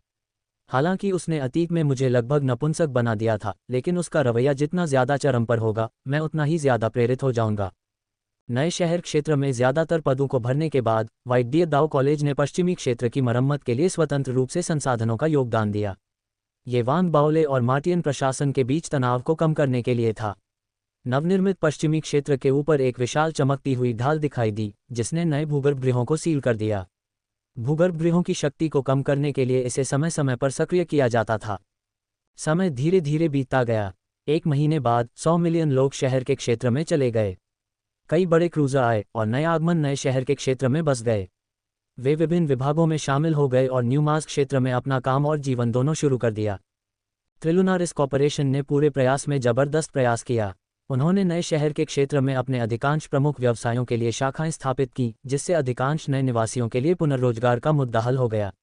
अन्य राजनीतिक ताकतों ने भी अपना काम करना शुरू कर दिया और नया शहर क्षेत्र धीरे धीरे आगे बढ़ने लगा। जनसंख्या में वृद्धि ने नए शहर क्षेत्र के सरणी गठन को मजबूत करने के लिए प्रेरित किया। यह अधिक शक्तिशाली हो गया। भूगर्भगृहों पर इसका नियंत्रण और दीवार के क्षरण की दर स्थिर होने लगी, जिसके परिणामस्वरूप एक स्थिर चक्र बन गया। न्यूमास्क क्षेत्र आखिरकार स्थापित हो गया था। इसमें शहरी क्षेत्र के अनुरूप संरचना और पैमाना दोनों थे। वान बाओले को आखिरकार मेयर के रूप में अपने पास मौजूद अधिकार और शक्ति का एहसास हो गया। नए शहरी क्षेत्र में उसका एक निर्णय अनगिनत लोगों के भाग्य का फैसला कर सकता था। अनगिनत समझदार लोग उसकी हर नज़र को ध्यान से पढ़ते और अध्ययन करते। इससे वान बाओले बहुत खुश हुए और खुशी से झूम उठे। उनके ज़्यादातर अधीनस्थों को उनके स्नैक्स के प्रति प्रेम का पता था और जल्द ही नए शहरी क्षेत्र में स्नैक्स के लिए खुदरा उद्योग का विस्तार हुआ और वह समृद्ध हुआ। वान बाओले की स्थिति के कारण गधे के प्रति स्वागत भी बदल गया। चाहे वह कहीं भी जाए और क्या खाए, किसी ने उसे रोकने की कोशिश नहीं की। वास्तव में वे चिंतित थे कि कहीं वह अपना पेट भर ना खा ले। कोई नहीं जानता था कि इस चलन की शुरुआत किसने की थी, लेकिन धीरे धीरे ज़्यादा से ज़्यादा लोग गधे पालने लगे। उन पालतू गधों में से लगभग सभी मादा गधे थे। गधे को तेजी से एक मूल्यवान संपत्ति के रूप में देखा जाने लगा। इसे एक ऊंचा दर्जा प्राप्त था और संघ में कई लोग गधे में रुचि रखते थे। ये स्पष्ट था कि वे गधे को नहीं पा सकेंगे। परिणामस्वरूप वे अन्य विचारों के साथ आने लगे। इसके परिणामस्वरूप मादा गधों का प्रचलन हुआ। गधा बहुत खुश था, हालांकि वह अभी भी बहुत समर्पित और वफादार था। कोन दाव ने अपने स्वयं के व्हाइट फीनिक्स की धार्मिक रूप से रक्षा की और शायद ही कभी उसे घर से बाहर जाने दिया। गधे को ये दुर्भाग्यपूर्ण लगा। हालांकि स्वर्ग ने उस गधे को पुरस्कृत किया जिसने प्रतीक्षा की। वह हमेशा अवसर खोज सकता था। नतीजतन जब भी कोई अपने आदमियों के साथ गधे का पीछा करते हुए उभर कोंग दाव को देखता तो वे तुरंत जान जाते कि गधे ने एक बार फिर कोंग दाव के व्हाइट फीनिक्स के साथ अकल्पनीय काम किया है। वान बाओले केवल अपनी हताशा व्यक्त कर सकते थे। गधे को कई बार अच्छी तरह से पीटने के बावजूद, और चाहे उसने गधे को कितनी भी बुरी तरह से पीटा हो, वह अगले दिन ठीक हो जाता और अपनी बेशर्मी जारी रखता। वान बाओले ने आखिरकार इसे पूरी तरह से अनदेखा करने और अपनी साधना पर ध्यान केंद्रित करने का फैसला किया। सरनी गठन के बारे में ईथरियल दाओ कॉलेज के संप्रदाय के भगवान और झाओ यामिंग के साथ उनका संचार अधिक बार हुआ। 3 महीने बीत गए, नया शहर क्षेत्र समृद्ध होने लगा। तभी झाओ यामिंग की कड़ी मेहनत और ईथरियल दाओ कॉलेज के एरेरून्स पवेलियन के समर्थन के कारण आखिरकार वह सरलीकृत क्यूई भक्षण कला को एक सरनी संरचना में सफलतापूर्वक परिवर्तित करने में सक्षम हो गई। ये नाम झाओ यामिंग ने ही सोचा था। इसे ट्रीज हेड ब्रांचेज कहा जाता था। वान बाओले को यह बिल्कुल भी अच्छा नहीं लगा। उसने सोचा कि भले ही झाओ यामिंग एक उड़ती हुई तलवार पर उसका पीछा करना शुरू कर दे, लेकिन जब चीज़ों के नामकरण की बात आती है तो वे अभी भी एक दूसरे से बहुत दूर होंगे। उसने नाम बदलकर ग्रेट बाओले एरे फॉर्मेशन करने का फैसला किया। ये कैसा है? मैंने जो नाम सोचा है वह काफ़ी अच्छा है ना? यामिंग, ऐसा नहीं है कि मैं शेखी बघारना चाहता हूँ, लेकिन तुम वास्तव में नामों के साथ आने में इतने अच्छे नहीं हो, वान बाओले ने खुद पर प्रसन्न होकर कहा। वॉयस ट्रांसमिशन रिंग के दूसरी तरफ झाओ यामिंग चुप थी। फिर उसने फ़ोन काट दिया। क्या वह शर्मिंदा है? गुस्सा? वान बाओले ने पलकें झपकाईं। उसे एहसास हुआ कि जब उसने उसकी मदद की थी तो उसे इस तरह से बात नहीं करनी चाहिए थी। उसने सोचा कि अगली बार जब वे बात करेंगे तो चतुराई से अपने बारे में शेखी कैसे बघारेंगे। वान बाओले ने अपना मन बना लिया। फिर उसने अपनी उत्तेजना को नियंत्रित करने की कोशिश की। जैसे ही उसे व्यूह रचना मिली, उसने तुरंत इसकी प्रभावशीलता को सत्यापित करने के लिए गुप्त रूप से ग्रेट बाओले व्यूह रचना का एक छोटा संस्करण स्थापित किया। उसने अपने निवास में व्यूह रचना स्थापित करने के लिए लोगों को ढूंढा। उन्हें दूर भेजने के बाद जब वह आखिरकार अकेला था तो वान बाओले तुरंत बैठ गया और अपने पैरों को पार करके बैठ गया। उसने व्यूह रचना को सक्रिय किया। जैसे ही उसकी साधना शुरू हुई और व्यूह रचना ने अपनी सक्रियता शुरू की, एक निर्विवाद चूषण बल पृथ्वी की ओर फैलने लगा। इसका दिव्य आयुध प्रलय के अंदर डार्क क्यूई पर स्पष्ट प्रभाव पड़ा। वान बाओले तुरंत बहुत खुश हो गया। इस व्यूह रचना के साथ मेरा प्राथमिक रैंक 3 नोबल मुट्ठी में है। वान बाओले जोर से हंसा। वह जल्दी से उठ खड़ा हुआ। वह अपने घर में चहलकदमी करने लगा। उसके दिमाग में गियर तेजी से घूम रहे थे। यह नए शहर क्षेत्र में सभी के लिए अच्छी बात है, इसलिए मुझे उन सभी को इसमें शामिल करना चाहिए। सभी के साथ मिलकर काम करने से हम नए शहर क्षेत्र को एक शहर में बदल सकते हैं। इस विचार पर वान बाओले ने अपना मन बना लिया। उसने तुरंत लिन त्यानहाओ, कोंग दाओ और जिन डोमिंग को बुलाया। तीनों वान बाओले के नोटिस मिलने के बाद उसके कार्यालय में आए। इससे पहले कि वे कुछ बोल पाते, उन्होंने वान बाओले के सख्त चेहरे और उसकी आंखों में छिपी हुई उत्तेजना देखी। वह जल्दी से बोला, भाइयों, मेरे पास एक बहुत ही दुर्लभ और सौभाग्यशाली अवसर है जो मैं आप सभी को देने जा रहा हूं। यह आपको नोबल के अगले स्तर पर पदोन्नति दिला सकता है। क्या आप इसे लेना चाहते हैं? वान बाओले का उत्साह चरम पर था। वह बेहद उत्साहित था। उसने बहुत उत्साह से बात की, अपने आवेग को उनके साथ साझा करने से रोक लिया। उसने अपने 3 उप महापौरों के सवाल पूछने का इंतजार किया। हालांकि कोंग दाओ ने वान बाओले की ओर देखा, उसके बगल में एक कुर्सी पर बैठ गया और बड़बड़ाया, हालांकि इस अवधि के दौरान उसके और वान बाओले के बीच तनाव कम हो गया था, और हालांकि उसे वान बाओले के बारे में एक नई धारणा मिली थी, लेकिन हर बार जब उसे याद आता था कि कैसे उसके व्हाइट फीनिक्स को वान बाओले के गधे द्वारा लगातार धमकाया जाता था, तो वह गुस्से में उड़ने की अपनी इच्छा को नियंत्रित नहीं कर पाता था। हालांकि गधा बहुत तेज था। वह पहले भी उसे पकड़ने में सक्षम था, लेकिन अब जब वह और भी तेज हो गया था, तो वह केवल निराशा में ही उबल सकता था।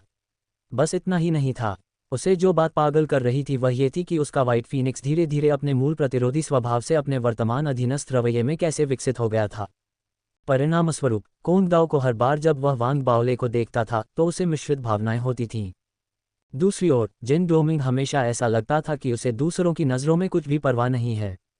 उसने जम्हाई ली और बैठ गया और अपनी कमर की मालिश करने लगा।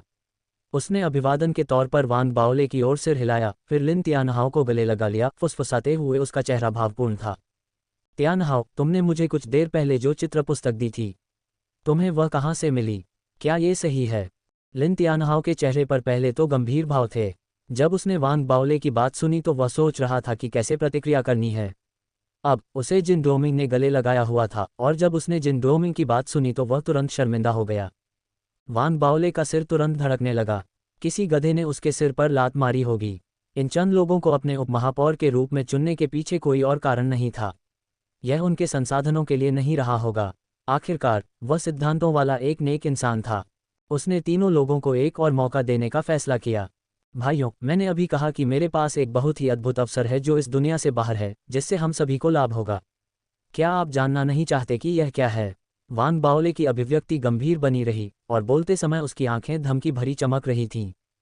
धमकी के संकेत ने तुरंत लिन तियानहाओ को जिन डोमिंग की बाहों से बाहर निकलने के लिए संघर्ष करने पर मजबूर कर दिया। उसने जल्दी से कहा, उसके चेहरे पर एक पागल खुशी थी। मेयर, किस तरह का अवसर? क्या ये वास्तव में इतना अद्भुत है? जिन डोमिंग ने अपनी किस्मत को स्वीकार कर लिया, सती रुचि के साथ एक सवाल पूछा। कोंगदाओ को ऐसा लग रहा था कि वह कुछ भी कहने की जहमत नहीं उठा सकता। उसने ये संकेत देने के लिए नज़र घुमाई कि वह कितना उदासीन था, जैसे कि कह रहा हो कि अगर वान बाओले ने उसे पूछने के लिए मजबूर किया तो वह उसे यही सब देगा। वान बाओले ने देखा कि तीनों अभी भी साथ खेल रहे थे और उन्हें माफ़ करने का फैसला किया। उसने खांसी की और आइस स्पिरिट वाटर की एक बोतल निकाली। शराब पीते हुए उसने फुसफुसाते हुए कहा, मेरे पास हमारे नए शहर क्षेत्र को एक नए शहर में बदलने का एक तरीका है।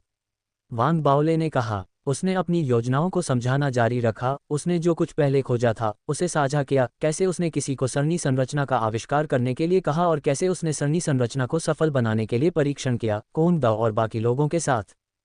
चून की कहानी के कुछ पहलू उसके रहस्यों से संबंधित थे, इसलिए उसने कुछ जरूरी छिपाव किए और कुछ सच्चाइयों को छिपाया। फिर भी जैसे जैसे वह बोलता रहा, बाकी तीन युवकों की आंखें चौड़ी हो गईं। जिन डोमिंग के सिर में वह चित्र पुस्तक भर गई थी जो लिन तियानहाओ ने उसे कुछ समय पहले दी थी, लेकिन अब चित्र उसके दिमाग से गायब हो गया था। उसकी सांसें थोड़ी तेज हो गईं। हालांकि वह आमतौर पर दूसरे लोगों के सामने एक लापरवाह और उदासीन रवैया दिखाता था, लेकिन वान बाओले ने जो कहा था वह किसी के लिए भी एक दुर्लभ अवसर था। वह भी भावुक हो गया। अनगिनत विचार तुरंत उसके दिमाग में उमड़ पड़े। जिन डोमिंग अकेले नहीं थे। उसके बगल में कोंगदाओ का शुरू में कठोर चेहरा सुनते ही बदल गया था। वह हौंफने लगा, उसकी आंखें चौड़ी हो गईं और चमक उठीं। वान बाओले के शब्द बिजली के बोल्ट की तरह थे जिसने उसे अवाक कर दिया था। उसके दिमाग में उसने ऊपर की ओर जाने वाली एक सीढ़ी देखी। अगर वह बस एक कदम उठा पाता तो वह ऊपर चढ़ सकता था और लगभग स्वर तक पहुंच सकता था। लिन तियानहाओ की आंखें लगभग बाहर निकल आईं। उसने वान बाओले को ऐसे देखा जैसे वह शैतान हो। उसका सिर घूम गया। वह कल्पना नहीं कर सकता था कि वान बाओले ने उन सभी के लिए इतना आश्चर्यजनक अवसर कैसे बनाया। उनकी प्रतिक्रियाओं से प्रसन्न होकर वान बाओले ने बोलना समाप्त किया। उन्हें अपनी कही गई बातों को पचाने के लिए पर्याप्त समय देने के लिए कुछ समय तक प्रतीक्षा की, फिर आगे बोले। इसलिए जब तक हम सफल होते हैं, हम सभी कम से कम रैंक में एक स्तर ऊपर उठेंगे। वास्तव में पूरे शहर क्षेत्र में हमारे सभी साथी समान पदोन्नति का आनंद लेंगे। भले ही हम असफल हो जाएं, इसमें कुछ भी नहीं है। हम बस वहीं वापस आ जाएंगे जहां से हमने शुरुआत की थी। इसमें कोई नुकसान नहीं है। इसलिए क्या आपको नहीं लगता कि हमें इस मौके के लिए लड़ना चाहिए? जैसे ही वान बाओले ने बोलना समाप्त किया, जिन डोमिंग ने अपनी पीठ सीधी की और उनके चेहरे पर एक गंभीर भाव था। यह उनके लिए एक दुर्लभ भाव था। उनकी आंखों में एक चमकदार चमक थी। उन्होंने तुरंत कहा, बाओले, क्या आप हमें इस सरणी संरचना को देखने दे सकते हैं जिसके बारे में आप बात कर रहे हैं? वान बाओले को उम्मीद थी कि वे ऐसा कहेंगे, इसलिए उन्होंने संकोच नहीं किया। वह उन्हें उस स्थान पर ले गया जहां उसने सरणी संरचना स्थापित की थी और उन्हें इसका निरीक्षण करने की अनुमति दी। उन्होंने व्यक्तिगत रूप से सरणी गठन को सक्रिय किया ताकि ये दिखाया जा सके कि यह प्रभावी था। कोंग दाओ ने दिव्य आयुध कैटाकॉम्स का दौरा करने और किसी को सरणी गठन का एक छोटा सा पैमाना स्थापित करने का प्रस्ताव दिया ताकि वे परीक्षणों का एक और दौर कर सकें। जब परिणाम वापस आए तो जिन डोमिंग और कोंग दाओ दोनों उत्साहित हो गए। लिन तियानहाओ की सांस पहले की तरह तेज हो गई। उनकी आंखें चमक उठीं। वे अभी भी अपने सदमे से उबर नहीं पाए थे, हालांकि उन्होंने तुरंत बहुत स्पष्ट रूप से समझ लिया कि अगर वे इस प्रयास में सफल होते हैं तो वान बाओले तुरंत प्राथमिक रैंक 4 नोबल से प्राथमिक रैंक 3 नोबल तक आगे बढ़ जाएगा। इसी तरह वे वान बाओले के साथ स्थिति और रैंक में आगे बढ़ेंगे और अपने माध्यमिक रैंक 4 नोबल से माध्यमिक रैंक 3 नोबल तक बढ़ेंगे। पूरे संघ में वे अकेले नहीं होंगे जो इस तरह के अवसर के लिए पागल हो जाएंगे, अनगिनत अन्य लोग भी ऐसा ही महसूस करेंगे। यही वह बात नहीं थी जिसने इसे एक अत्यंत दुर्लभ अवसर बना दिया। आखिरकार इस मामले में फेडरेशन और मार्टियन प्रशासन दोनों की स्वीकृति की आवश्यकता थी। भले ही अन्य लोग अपने शहर क्षेत्रों को शहर बनाने के लिए बढ़ाना चाहते हों, उन्हें फेडरेशन की स्वीकृति नहीं मिलेगी। हालांकि इस नए मंगल क्षेत्र में ऐसा कुछ होने की संभावना बहुत अधिक थी।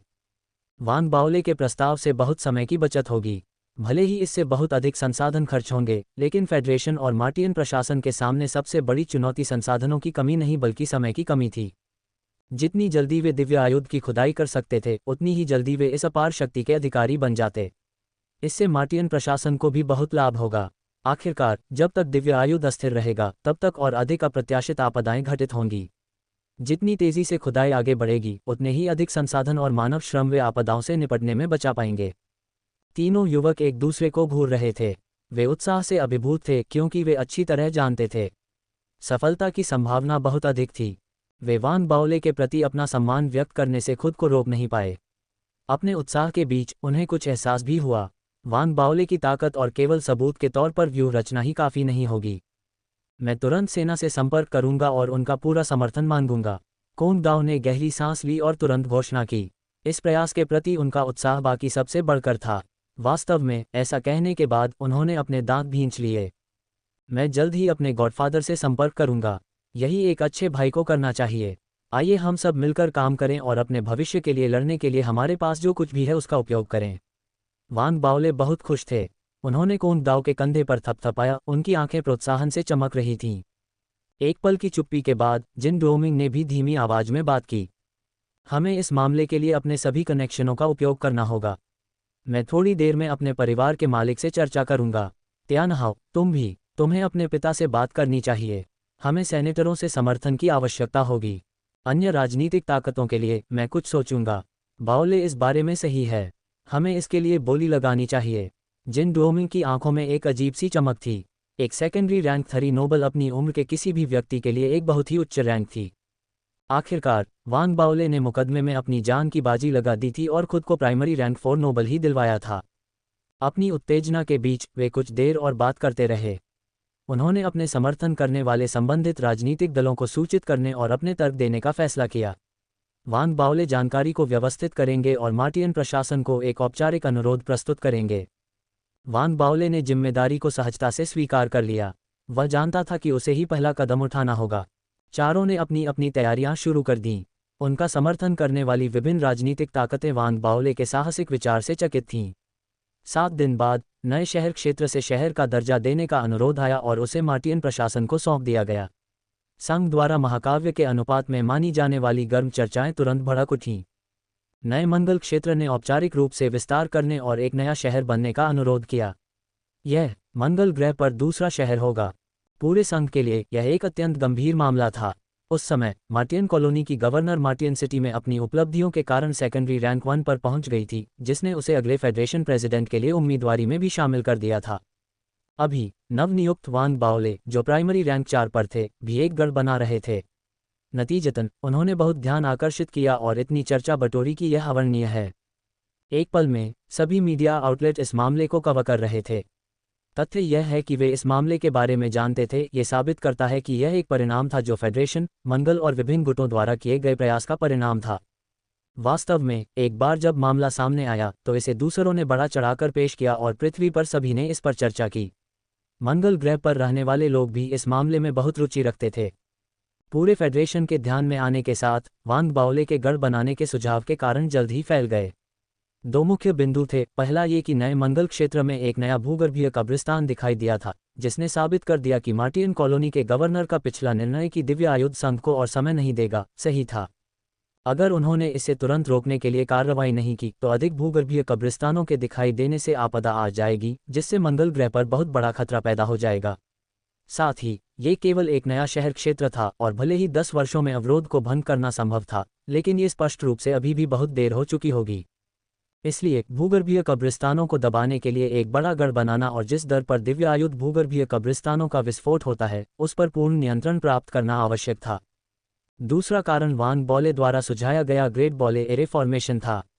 ये सरणी संरचना झाओ यामिंग और इथरियल दाओ कॉलेज द्वारा वान बॉले के विचारों और साधना तकनीकों के अनुसार बनाई गई थी, जिन्हें अंततः आजमाया और परखा गया।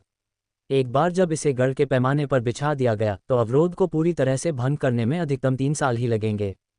इस तरह विघटन की गति इतनी तेज होगी कि यह नए भूगर्भीय स्थलों के प्रकट होने की गति को और भी धीमा कर देगा। मंगल 2 से 3 साल के भीतर स्थिति पर नियंत्रण पाने में सक्षम होगा। एक बड़ा गढ़ बनाने के इन सभी कारणों का परीक्षण किया जा सकता है क्योंकि वे विश्वसनीय जानकारी द्वारा समर्थित थे और इसलिए उन्हें आगे बढ़ाया जा सकता था। स्वाभाविक रूप से इसके परिणामस्वरूप माज और फेडरेशन ने इसे अत्यधिक महत्व दिया। इसमें कोई संदेह नहीं है कि वान बाओले ने जो परिणाम प्रचारित किया था वह फेडरेशन और माज के लिए बेहद लुभावना था। 3 वर्षों में अवरोध को पूरी तरह से भंग करने का मतलब था कि यह पहले की तुलना में 3 गुना तेज था। ऐसा लग सकता है कि यह केवल 3 बार था, लेकिन फेडरेशन और माज के लिए बचाए गए समय का उपयोग अन्य कामों के लिए किया जा सकता था। साथ ही बड़ी मात्रा में संसाधनों की बचत की जा सकती थी। इसके बावजूद यदि कोई भी इस विचार का समर्थन नहीं करता है या यदि कई विरोधी हैं तो फेडरेशन अभी भी पक्ष और विपक्ष का मूल्यांकन करेगा, शायद प्रस्ताव को बदलने के लिए अन्य तरीकों का उपयोग भी करेगा। आखिरकार नया गढ़ कोई नया शहर क्षेत्र नहीं था और एक बार बन जाने के बाद इसका मतलब था कि बड़ी संख्या में रईसों को नियुक्त करने की आवश्यकता होगी और यह कुछ ऐसा था जो फेडरेशन नहीं करना चाहता था। हालांकि वान बाओले तार्किक थे और उनके पास पर्याप्त जानकारी थी जिससे शहर बनाने का उनका कारण मजबूत हो गया। इसके जरिए उन्होंने सुर्खियां भी बटोरीं। सबसे महत्वपूर्ण बात शायद सुरक्षा को लेकर चिंताओं के कारण या क्योंकि वान बाओले द्वारा प्रस्तुत विचार उनके निर्णय के आधार से जुड़े थे या किसी अन्य कारण से। मार्टियन कॉलोनी गवर्नर, जो शायद ही कभी संघ के आंतरिक मामलों में हस्तक्षेप करते थे, ने दृढ़ता से प्रस्ताव का समर्थन करने का फैसला किया। उन्होंने सरणी संरचना के निर्माण और शहर क्षेत्र को शहर में बदलने में वान बाओले का समर्थन किया। मार्टियन कॉलोनी गवर्नर के रवैये ने संघ को काफी प्रभावित किया। इससे भी महत्वपूर्ण बात यह है कि 4 दाओ कॉलेजों ने भी इस समय नए शहर क्षेत्र को नए शहर में बदलने के लिए अपना रुख स्पष्ट किया। साथ ही उन्होंने संघ और सभी मानव जाति के लिए दूसरे मंगल शहर के निर्माण के लिए संसाधन प्रदान करने की अपनी इच्छा का वचन दिया। 4 दाओ कॉलेजों के बाद सीनेट ने भी ऐसा ही किया। इस बार सीनेट के 17 सेनेटर गठबंधन ने मंगल पर दूसरे शहर के निर्माण के लिए एकमत होकर अपना समर्थन घोषित किया। इस तरह संघ को समान रूप से प्रभावित करने वाले 2 गुट आगे बढ़ गए थे, जिससे यह और भी अधिक संभावना हो गई थी कि नए शहर के निर्माण को मंजूरी मिल सकती है। हालांकि सभी गुटों ने अपना समर्थन व्यक्त नहीं किया। जल्द ही गैलेक्टिक डस्क सेक्ट और प्लम मैनिफेस्टेशन कॉर्नेट सेक्ट, उसके बाद 5 जनरेशन स्काई कबीले ने मामले को आगे बढ़ने से रोकने के लिए अपने संसाधनों को सक्रिय कर दिया। उनके गुट शक्तिशाली थे और उनके समर्थन की कमी के कारण शहर के निर्माण में देरी हुई। इसके बावजूद वे सभी धूर्त बूढ़े लोमड़ी थे। तीनों गुटों के इरादे एक दूसरे के बीच जाने जाते थे, इसलिए उस समय तीनों गुटों ने तुरंत अपने संसाधनों को सक्रिय कर दिया और यहाँ तक कि सेना ने भी एक बयान दिया। आखिरकार ऐसा लगा जैसे तीनों विरोधियों को मामले की पृष्ठभूमि के बारे में पता चल गया। वे समाज की भलाई के लिए काम कर रहे थे और प्रस्ताव का समर्थन करने के लिए अपना रुख बदल दिया। हालांकि वास्तविकता में सतह के नीचे अनगिनत आदान प्रदान हो रहे थे। भले ही फेडरेशन के अध्यक्ष ने अंततः अंतिम निर्णय लेने के लिए न्यू मास क्षेत्र का ऑन साइट मूल्यांकन करने के लिए एक मूल्यांकन टीम तैनात करने का आदेश भेजा। इस बार मूल्यांकन केवल एक औपचारिकता थी। आखिरकार विभिन्न गुट अविश्वसनीय रूप से बुद्धिमान थे और उन्हें वान बाओले के सुझाव और वास्तविक स्थिति के बारे में लंबे समय से स्पष्ट समझ थी।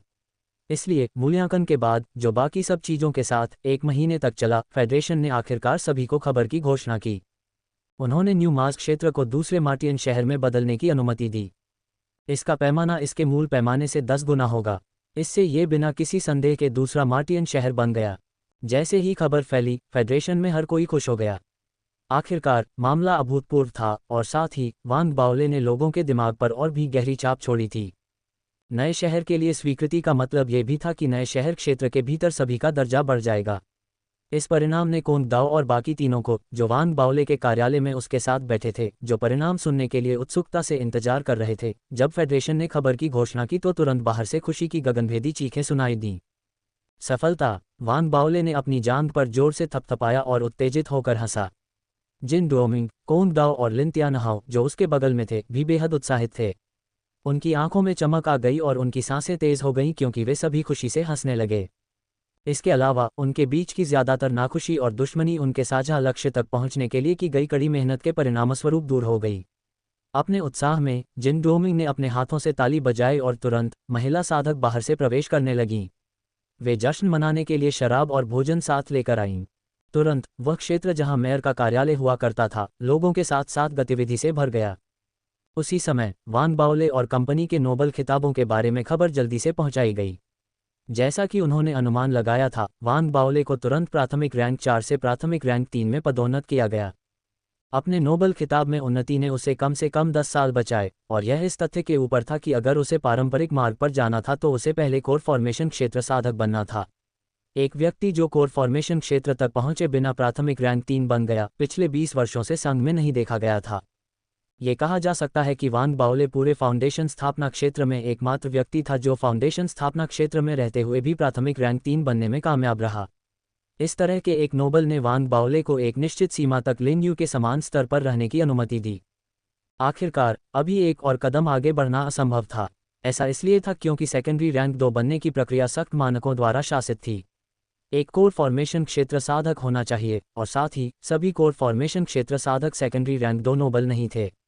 संघ साधना की एक पूर्ण दुनिया नहीं थी और हजारों वर्षों के नियमों और कानूनों के बाद स्पष्ट वर्ग थे। इसलिए कोर फॉर्मेशन क्षेत्र के साधक के पास एक और नोबल रैंक होना कोई आश्चर्य की बात नहीं थी। इसके अलावा भले ही कोई सेकेंडरी रैंक 2 नोबल हो, लेकिन रैंक के मामले में उनके कर्तव्य भी अलग अलग थे। इसके बावजूद उनके पास अभी भी शक्ति, अधिकार और गरिमा थी। ये भी कहा जा सकता है कि कई लोगों की नज़र में वांग बाओले पहले से ही एक उच्च अधिकारी थे। हालांकि वास्तव में उनका नोबल शीर्षक अभी भी संघ के भीतर उच्च अधिकारियों से एक छलांग दूर था।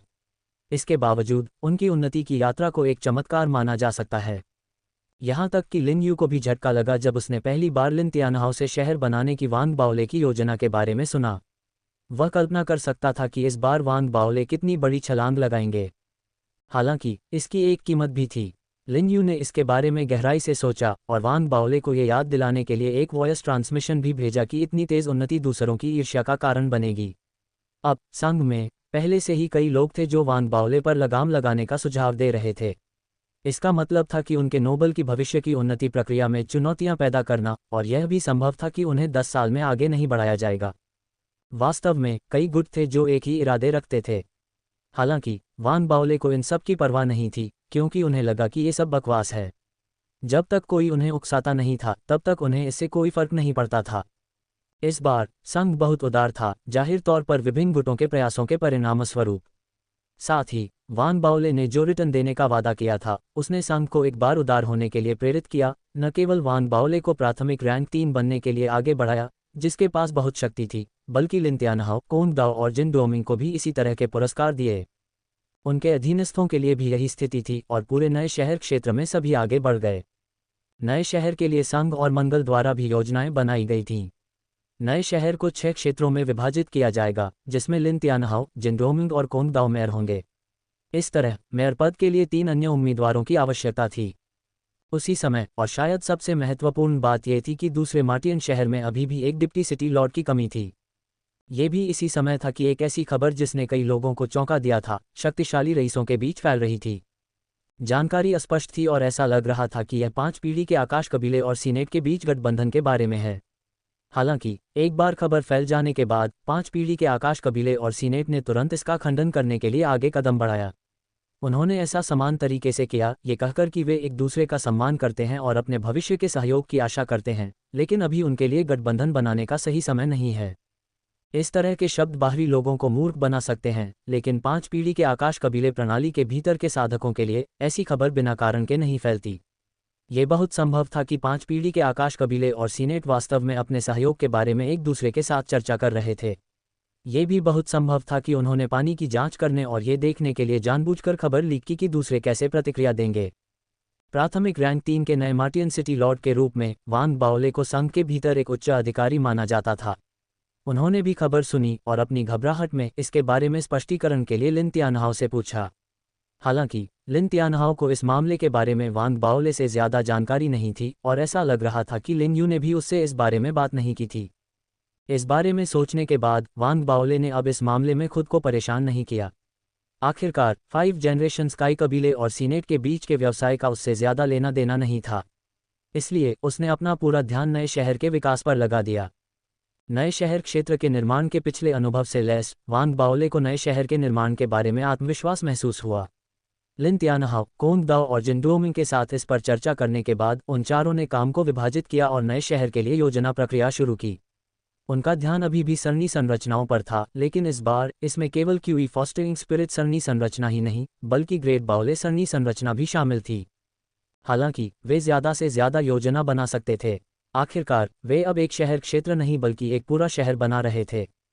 इसलिए उन्हें जितने जनशक्ति और संसाधनों की आवश्यकता थी वह इतनी भारी थी कि यह अकल्पनीय था। भले ही माज और फेडरेशन दोनों ने शहर बनाने के लिए आवेदन को मंजूरी दे दी थी, लेकिन उनसे संसाधनों के लिए भुगतान की उम्मीद करना लगभग असंभव था।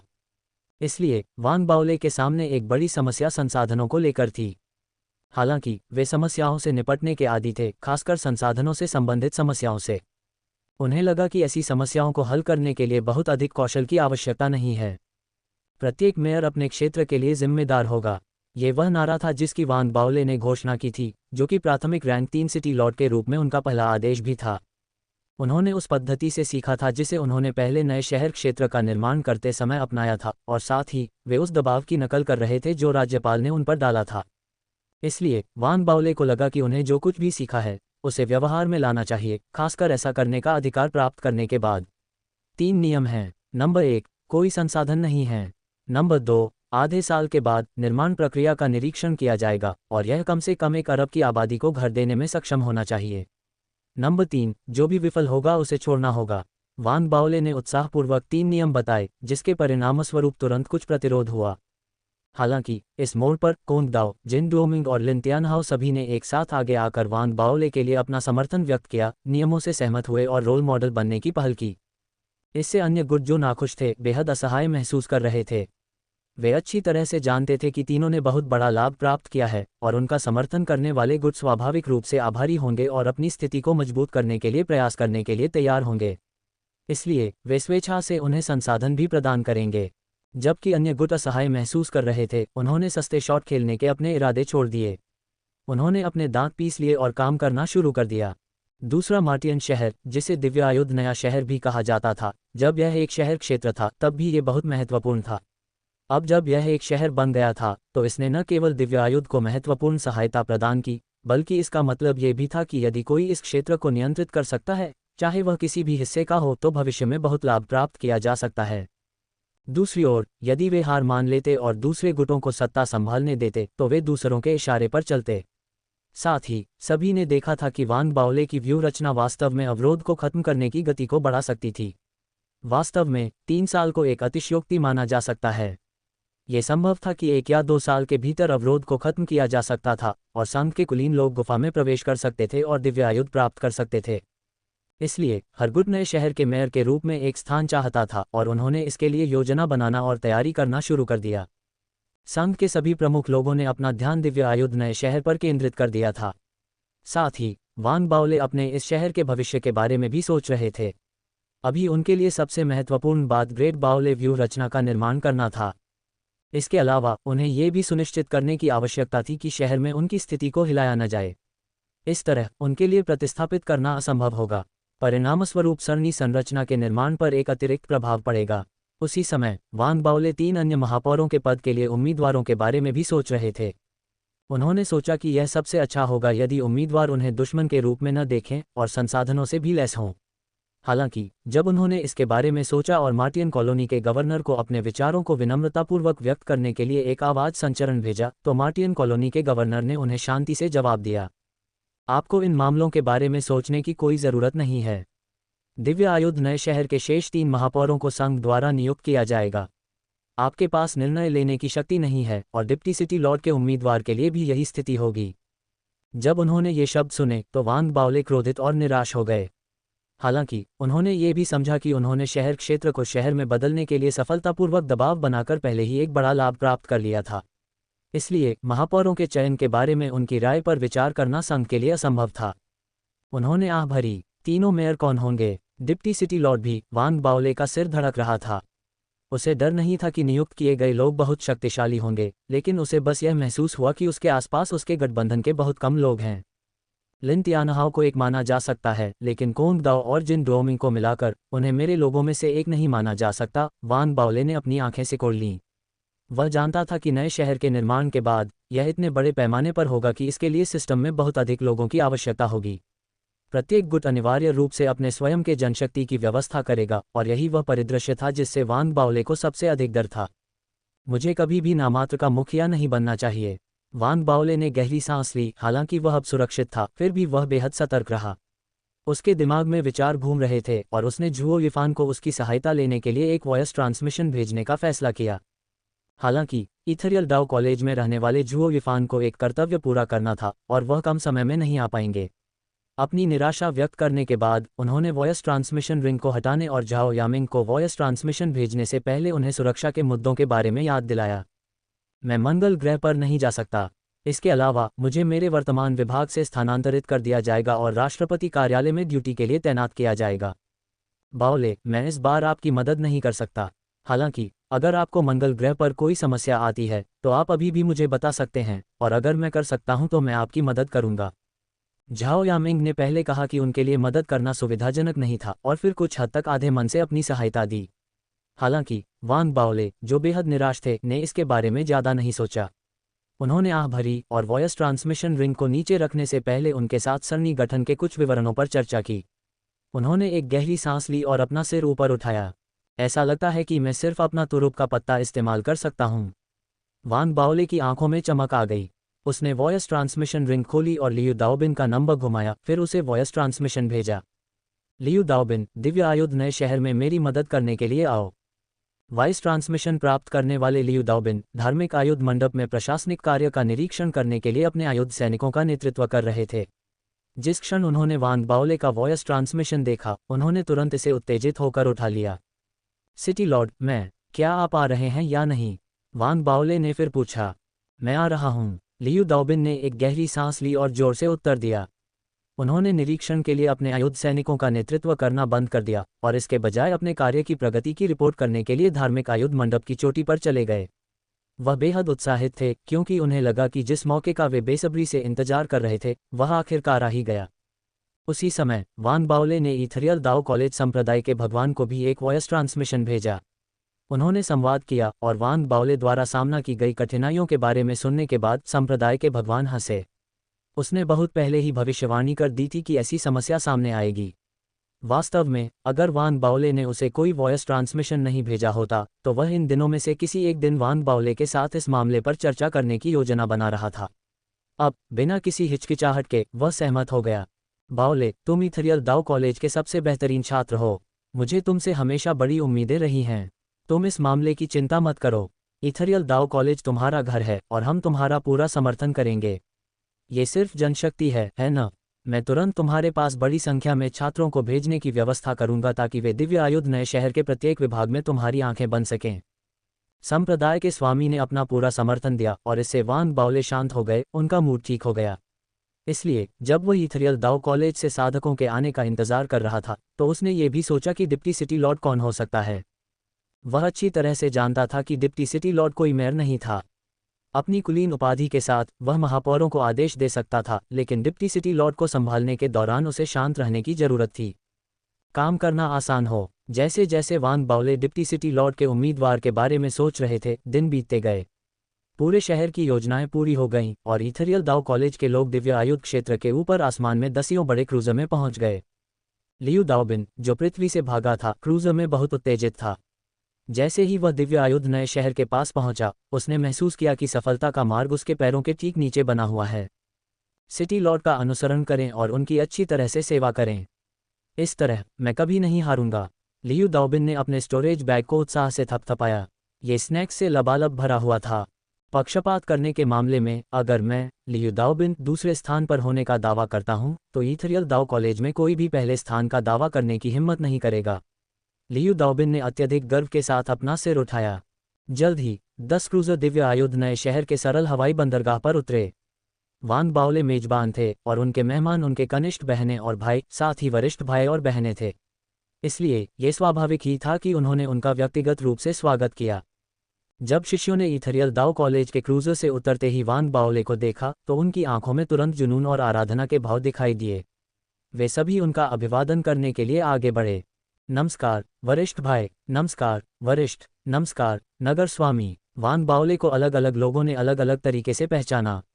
समूह ने उनका अभिवादन किया और भले ही उनकी आवाज़ अलग अलग तेज थी, लेकिन वे सामूहिक रूप से बहरा कर देने वाली थीं और सभी दिशाओं में फैल गई थीं। वान बाओले भी उत्तेजित थे। उन्हें लगा कि उन्होंने दाओ कॉलेज में दूसरों के साथ इतने अच्छे पारस्परिक संबंध बनाए हैं कि इतने सारे लोग उनसे प्यार करते हैं। ऐसा इसलिए भी था क्योंकि उनमें से ज़्यादातर उसकी छोटी बहनें थीं। इससे वान बाओले को अपने रूप और फिगर पर और भी ज़्यादा भरोसा हो गया। जैसे ही वह आगे बढ़कर अपनी छोटी बहनों को गले लगाने वाला था, लियू दाओबिन उसकी ओर कूद पड़ा। उसकी आंखों में आंसू भरे हुए थे। वान बाओले तक पहुंचने से पहले ही उसकी उत्तेजित चीखें बाकी लोगों की आवाज़ों को दबा गईं और पूरे इलाके में गूंज उठीं। मुझे तुम्हारी बहुत याद आई, सीनियर भाई बाओले, मुझे तुम्हारी बहुत याद आई। लियू दाओबिन कांप रहा था जब वह आगे बढ़ा और वान बाओले की जांघों को कसकर गले लगाया। वह इतना उत्तेजित था कि वह कांप रहा था, जिसने वान बाओले को छू लिया। यहाँ तक कि वान बाओले के आसपास के दूसरे लोग भी हिल गए। जिन डुओमिंग ने लियू दाओबिन पर कुछ नज़रें डालीं और कोंग दाओ ने चुपचाप अपना सिर हिलाया। लिन तियानहाओ अकेला था जो हैरान दिख रहा था। एक तरफ वह लियू दाओबिन से परिचित था और दूसरी तरफ उसे किसी तरह यह एहसास हो रहा था कि लियू दाओबिन की उपस्थिति उसके पद के लिए खतरा बन सकती है। दाओबिन, लियू दाओबिन को उत्तेजित होकर गले लगाते हुए देखकर वान बाओले भावुक हो गया। उसे भी अपनी छोटी बहनों के लिए आंखें रखने के लिए दोषी महसूस हुआ, लेकिन अपने इस छोटे भाई के लिए नहीं। जैसे ही उसने खुद को फटकारा, वान बाओले ने लियू दाओबिन की मदद की और प्रसन्नतापूर्वक उसके कंधों को थपथपाया। फिर उसने अपनी निगाहें आसपास की ओर घुमाईं, जैसे कि किसी को ढूंढ रहा हो। लियू दाओबिन ने अपने आंसू पोंछे और वान बाओले की प्रतिक्रिया को देखते हुए वह तुरंत धीरे से बोला, वरिष्ठ भाई, जो शियाओया अभी भी एकांत में है। जहां तक डूमिन की बात है, वह चांद पर चली गई है क्योंकि फाउंडेशन स्थापना क्षेत्र फिर से खुल गया है। अभी भी एकांत में। वान बाओले ने गहरी सांस ली। अचानक उसके मन में यह विचार आया कि जो शियाओया को कीमिया मंडप में प्रवेश दिलाने में मदद करना एक गलती थी। कीमिया मंडप अमानवीय था, छात्रों को स्वीकार करना और उन्हें हर दिन एकांत में रखना। ये बहुत ही बर्बरता थी और इसके बारे में सोचते ही किसी की रूह कांप उठती थी। वान बाओले को तुरंत गुस्सा आ गया। उसने सोचा कि अगर उसे धरती पर लौटने का मौका मिले तो वह खुद कीमिया मंडप में जाकर पता लगाएगा कि क्या हो रहा है। ये निर्णय लेने के बाद वान बाओले ने ईथरियल दाओ कॉलेज के शिष्यों के साथ थोड़ी देर बातचीत की। उन्होंने शिष्यों को उनके निवास की व्यवस्था करने से पहले प्रोत्साहित करके बातचीत समाप्त की। उनका इंतजार शहर में उनके कई पदों के आवंटन के लिए किया जा रहा था। इसके साथ ही वान बाओले लियू दाओबिन को अपने कार्यालय में ले आया। जैसे ही वे अंदर दाखिल हुए, लियू दाओबिन ने तुरंत एक पेशेवर की तरह पानी उबालना शुरू कर दिया। व्यक्तिगत रूप से वान बाओले के लिए एक कप चाय बनाई। उसके बाद वह वान बाओले के पास बैठ गया, अपना सिर नीचे करके एक छोटी सी नोटबुक निकाली, सुनने के लिए तैयार। इस दृश्य ने वान बाओले में अपनेपन की भावना जगाए। उसे अचानक अपने जीवन के बारे में याद आया जब वह दाओ कॉलेज में था। भावनाओं की लहर उसके अंदर दौड़ गई। उसने चाय की चुस्की लेने से पहले डूमिन की चांद की यात्रा के बारे में पूछा। जैसे ही उसने चाय रखी, उसने लियू दाओबिन को अपने कार्यालय के पर्यवेक्षक की भूमिका सौंपी। लियू दाओबिन, जिसे जिम्मेदारी सौंपी गई थी, ने जोर से उसकी छाती थपथपाए। निश्चिंत रहो सिटी लॉर्ड, मेरे पिता भी इसी पद पर थे और मैंने उन्हें छोटी उम्र से काम करते देखा है। मैं इस जगह के कामकाज से बहुत परिचित हूं और मैं गारंटी देता हूं कि यहाँ कोई समस्या नहीं आएगी। वान बाओले उसकी बातें सुनकर और भी संतुष्ट हो गया। उसने कुछ निर्देश दिए और लियू दाओबिन ने सुनते हुए सब कुछ लिख लिया। ऐसा लग रहा था कि वह एक भी शब्द सुनने से चूक न जाए। उसके व्यवहार से सहजता महसूस होती थी और ऐसा तब और भी बढ़ गया जब उसने जाने से पहले वान बाओले के सामने एक स्टोरेज बैग छोड़ा। वान बाओले ने भौहें सिकुड़ी और उसे अस्वीकार करने ही वाला था कि लियू दाओबिन ने जल्दी से स्टोरेज बैग खोला और उसमें से कुछ स्नैक्स निकाले। वान बाओले ने एक नज़र डाली और बैग उठाया, उसमें से कुछ ढूंढने लगा। उसने पाया कि वह स्नैक्स से भरा हुआ था, साथ ही इथरियल दाओ कॉलेज से आए स्पिरिट वाटर के दर्जनों डिब्बे थे जो आमतौर पर मिलने वाले से अलग स्वाद के थे। इससे उसे और भी खुशी हुई। वान बाओले को खुश देखकर लियू दाओबिन संतुष्ट हो गया। फिर वह ऑफिस की सफाई करने के बाद चला गया। लियू दाओबिन हमेशा की तरह बुरा नहीं था। वान बाओले जहां थे वहीं बैठे रहे, स्नैक्स खाते रहे और आइस स्पिरिट वाटर पीते रहे। वे भावनाओं से भरे हुए थे और उन्हें लगा कि अभी नए शहर के लिए सब कुछ तैयार हो चुका है। बस एक कमी थी निर्माण प्रक्रिया की शुरुआत की, जो 3 नए मेयर के आने के बाद ही हो सकती थी। जैसे जैसे वान बाओले इंतजार करते रहे, समय बीतता गया और जल्द ही 7 दिन बीत गए।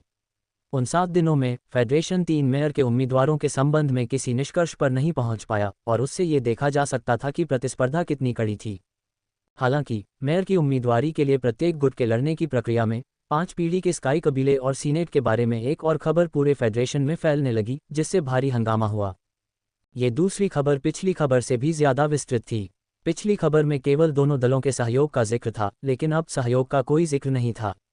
एकमात्र बात जो सामने आई वह थी हेड सेनेटर और 5 जनरेशन स्काई कबीले के चेन परिवार के बीच विवाह गठबंधन। जैसे ही यह खबर फैली, तुरंत ही इसे फॉलो करने वाले लोगों में हड़कंप मच गया। वान बाओले को भी बहुत बड़ा झटका लगा और वह कुछ अनुमान लगाने से खुद को नहीं रोक पाया। फिर उसने लिन तियानहाओ से इस बारे में पूछताछ की। इस बार लिन तियानहाओ को ज्यादा जानकारी थी। आखिरकार जब वान बाओले ने उससे पहले इस मामले के बारे में पूछा था तो वह जवाब नहीं दे पाया था और इससे उसे लगा कि वह पहले की तरह महत्वपूर्ण भूमिका नहीं निभा रहा है। ऐसा तब हुआ जब लियू दाओबिन को देखकर उसके अंदर संकट की भावना पैदा हुई। इसलिए विवाह गठबंधन के बारे में खबर सुनने के बाद उसने तुरंत अपने पिता को एक वॉयस ट्रांसमिशन भेजा, जिससे ये स्पष्ट हो गया कि वह विवरण जानना चाहता है। लिन यू के पास ज्यादा विकल्प नहीं थे और उसने लिन तियानहाओ को पूरी कहानी का कुछ हिस्सा बताया। इसलिए जब वान बाओले ने मामले के बारे में पूछने के लिए उसे बुलाया तो लिन तियानहाओ ने गहरी सांस ली और बोलना शुरू किया।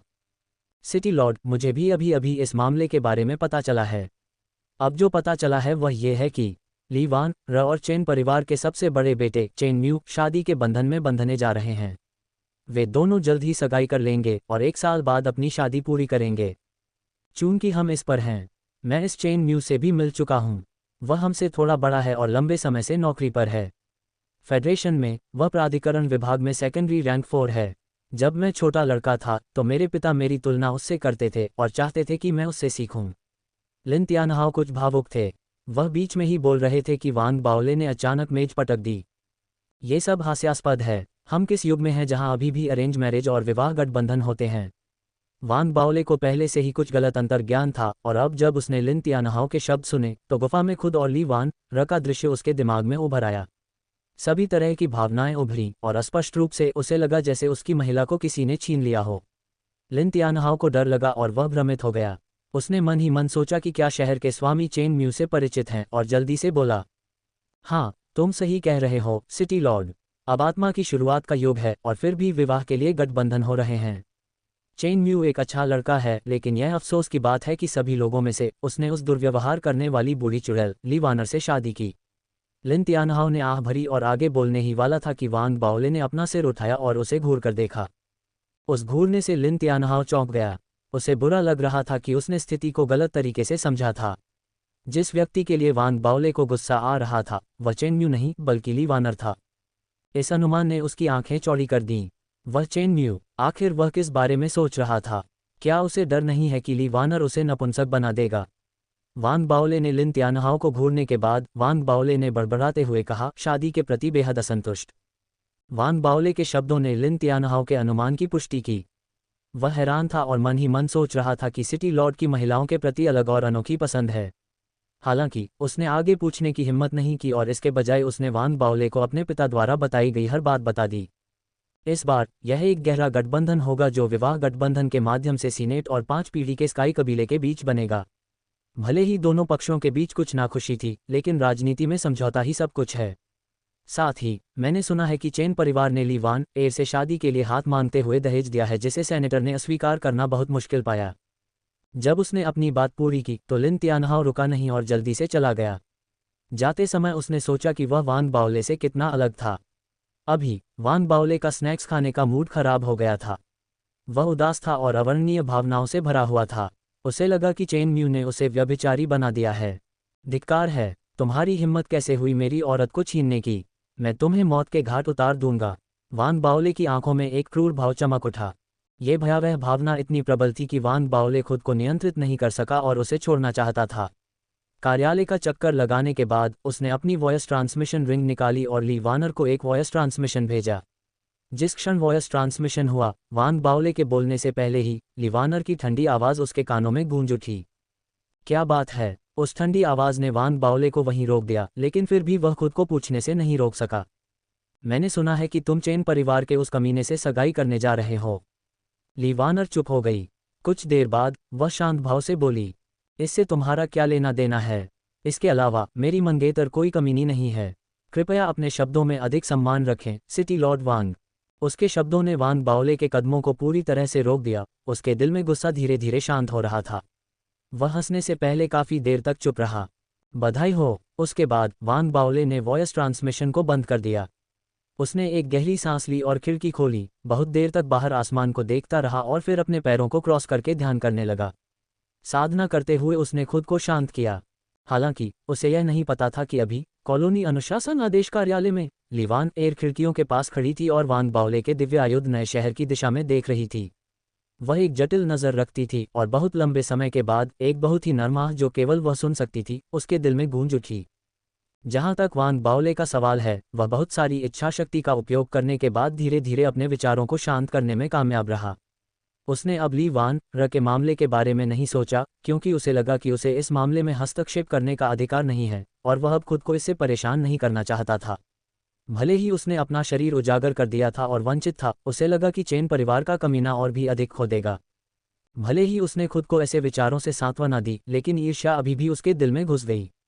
वान बाओले ने आह भरी और एक गहरी सांस ली, और जैसे ही उसने अपने विचारों को शांत किया, उसने धीरे धीरे खुद को साधना की प्रक्रिया में डुबो दिया। उनकी साधना पहले से ही अंतिम चरण के फाउंडेशन स्थापना क्षेत्र में थी। भले ही इस समय के दौरान नए शहर के निर्माण ने उन्हें व्यस्त रखा था, फिर भी उन्होंने कार्यों को इस तरह से सौंपने में कामयाबी हासिल की कि उनके पास साधना के लिए बहुत समय था। सबसे महत्वपूर्ण बात यह है कि डार्क आर्ट की साधना दिव्य आयुध कैटाकॉम्स की आभा के तहत बहुत तेज गति से हुई। साथ ही इसने उनके लाइटनिंग डाउ फर्स्ट वॉल्यूम को भी महत्वपूर्ण रूप से बढ़ाया। इस तरह वान बाओले की साधना दिन प्रतिदिन बेहतर होती गई। अंतिम चरण के फाउंडेशन स्थापना क्षेत्र में अन्य लोगों के लिए उनकी साधना बढ़ाना न केवल भाग्य पर निर्भर करता था, बल्कि साधना के लिए समय की उपलब्धता पर भी निर्भर करता था। जहां तक साधना की बात है, तो इसमें कम से कम कुछ साल लगेंगे। आखिरकार अंतिम चरण के फाउंडेशन स्थापना क्षेत्र से फाउंडेशन स्थापना क्षेत्र को पूर्ण करने की प्रक्रिया संचय की थी। वे सभी सफलता के बाद कोर फॉर्मेशन क्षेत्र में कदम रखने के उद्देश्य से थे, और जितना अधिक वे संचय करते, सफल होने की संभावना उतनी ही अधिक होती। इसलिए पूरी प्रक्रिया को पूरी गंभीरता से लिया गया। साथ ही कोई शॉर्टकट नहीं था। हालांकि वान बाओले के लिए, जिसे डार्क आर्ट से बढ़ावा मिला था, उसकी साधना की गति काफ़ी बढ़ सकती थी।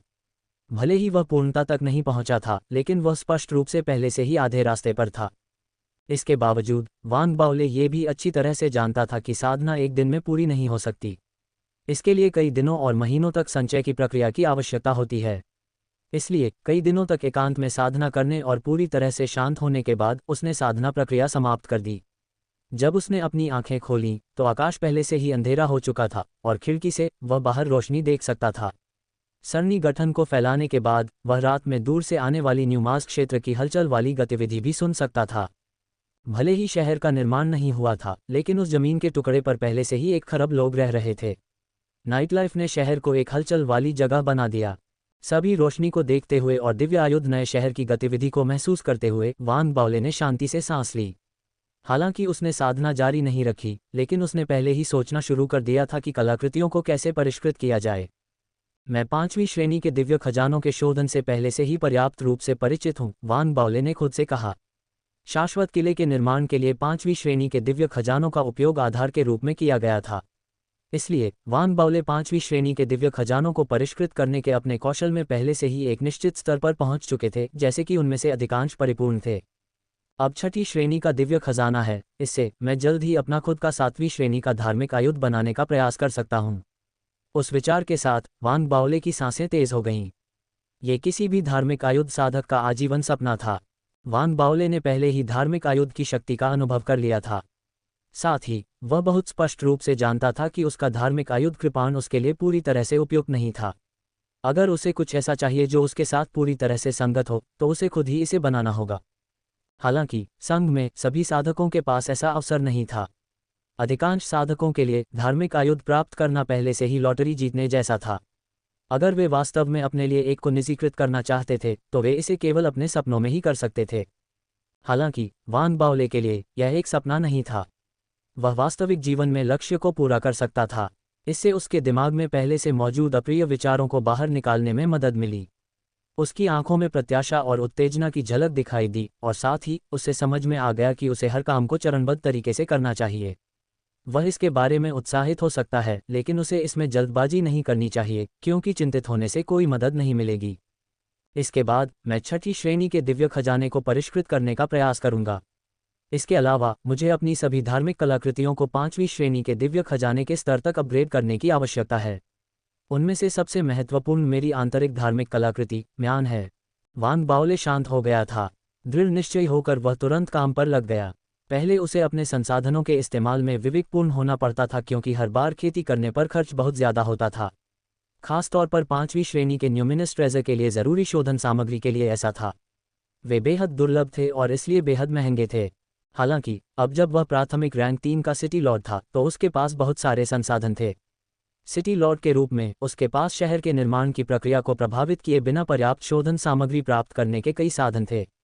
इसके अलावा इसके बारे में गुप्त रहने और कानून तोड़ने की कोई आवश्यकता नहीं थी।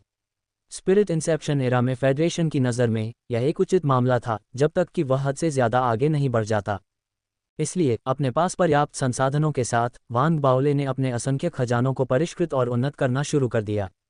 अन्य असंख्य खजानों का उन्नयन अपेक्षाकृत सरल था, लेकिन यह उसके आंतरिक धार्मिक कलाकृतियों के लिए चुनौतीपूर्ण था, जिसके लिए न केवल पर्याप्त आयुध रेत की आवश्यकता थी बल्कि कई प्रयासों की भी आवश्यकता थी। हालांकि वान बाओले को कोई जल्दी नहीं थी। जब वह डिप्टी सिटी लॉर्ड और मेयर के लिए उम्मीदवारों की पुष्टि की प्रतीक्षा कर रहा था तो उसने डार्क आर्ट की खेती करते हुए अपने धार्मिक कलाकृतियों को परिष्कृत करना जारी रखा।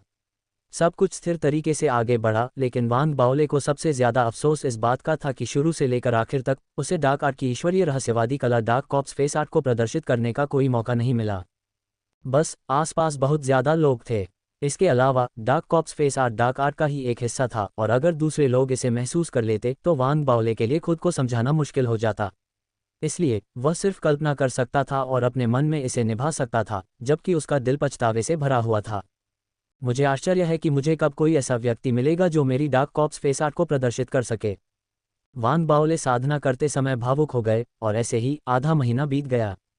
इस समय विभिन्न गुटों के बीच एक महीने की प्रतिस्पर्धा के बाद दिव्य आयुध नए शहर के 3 महापौर बनने के लिए चुने गए उम्मीदवारों में एक बार फिर कुछ बदलाव किए गए।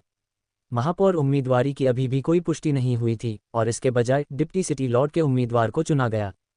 जब वान बाओले को मार्टियन कॉलोनी गवर्नर से डिप्टी सिटी लॉर्ड की पुष्टि के बारे में सूचना मिली और यह कि वह व्यक्ति अगले कुछ दिनों में आ जाएगा, तो उसके विचार जो स्थिर होने के लिए बहुत प्रयास कर रहे थे अचानक फिर से अस्त व्यस्त हो गए। उसने वॉयस ट्रांसमिशन रिंग को देखा और गवर्नर को नाम पढ़ते हुए सुना। ये वह क्यों है? वान बाओले ने भौहें सिकुड़ी। हालांकि इस बारे में गहराई से सोचने के बाद उसने अपनी व्यक्तिगत भावनाओं को अलग रखा। यह उचित लगा कि इस व्यक्ति को डिप्टी सिटी लॉर्ड के रूप में नियुक्त किया गया था। आखिरकार इस व्यक्ति ने कई वर्षों तक मंगल ग्रह पर काम किया था और लंबे समय से सेकेंडरी रैंक थरी था। चाहे वह उसकी साधना हो या पृष्ठभूमि, उसे एक कुलीन माना जाता था। उसके लिए डिप्टी सिटी लॉर्ड बनना उचित था। डिप्टी सिटी लॉर्ड के लिए उम्मीदवार थी ली वान र। साथ ही वह सेकेंडरी रैंक थरी के रूप में नहीं आई थी, बल्कि उसे प्राइमरी रैंक थरी में पदोन्नत किया गया था, जो वान बाओले के समान रैंक था क्योंकि वह डिप्टी सिटी लॉर्ड बन गई थी। उसके नोबल रैंक के प्रचार से कई चीज़ों की व्याख्या की जा सकती है। वान बाओले को इस बारे में कुछ समझ थी, लेकिन फिर भी उसे लगा कि यह एक जटिल मामला है। वह इस तथ्य को बदलने में असमर्थ था कि ली वानर की सगाई चेन परिवार के सबसे बड़े बेटे से हो चुकी थी और उसने सोचा था कि अब उसे उससे मिलने का मौका नहीं मिलेगा। उसने कभी नहीं सोचा था कि वे दोनों भविष्य में एक साथ काम करेंगे। इससे वान बाओले को आह भरनी पड़ी। उसे कई दिनों तक सिर दर्द रहा और जल्द ही ली वानर आ गई। जैसे ही क्रूजर उतरा और ली वानर का लंबा और पतला शरीर दूसरों के सामने आया, वान बाओले पूरी तरह से पछतावे और ईर्ष्या से भर गया। हालांकि उसकी तुलना में भले ही दूसरे लोग ली वानर के प्रभावशाली रूप से आकर्षित थे, लेकिन उन्हें ठंड भी महसूस हुई क्योंकि वे जानते थे कि वह एक कांटेदार गुलाब थी और निर्दयी होने के लिए जानी जाती थी। इसलिए वे सभी ने अपना सिर नीचे किया और उसका अभिवादन किया। यहाँ तक कि कोंग दाओ और लिन तियानहाओ ने भी ऐसा ही किया। जिन डोमिंग ने मूल रूप से खुद को चुनौती देने और उसे लुभाने की योजना बनाई थी, लेकिन सगाई के बारे में सुनने के बाद और लगभग नपुंसक होने के आघात के बाद उसने गंभीरता का एक दुर्लभ रूप धारण कर लिया। जब लोगों ने उसका अभिवादन किया तो ली वान भीड़ के बीच वान बाओले की ओर एक ठंडे भाव के साथ आगे बढ़ी। जब उसने उसे देखा तो उसने भावहीनता से उसका अभिवादन किया। नमस्कार सिटी लॉर्ड, मैं गवर्नर के आदेश के तहत हूँ। शहर के निर्माण की देखरेख के अलावा मैं दिव्य आयुध नए शहर के कॉलोनी अनुशासन आदेश का निरीक्षण करने के लिए भी जिम्मेदार हूँ।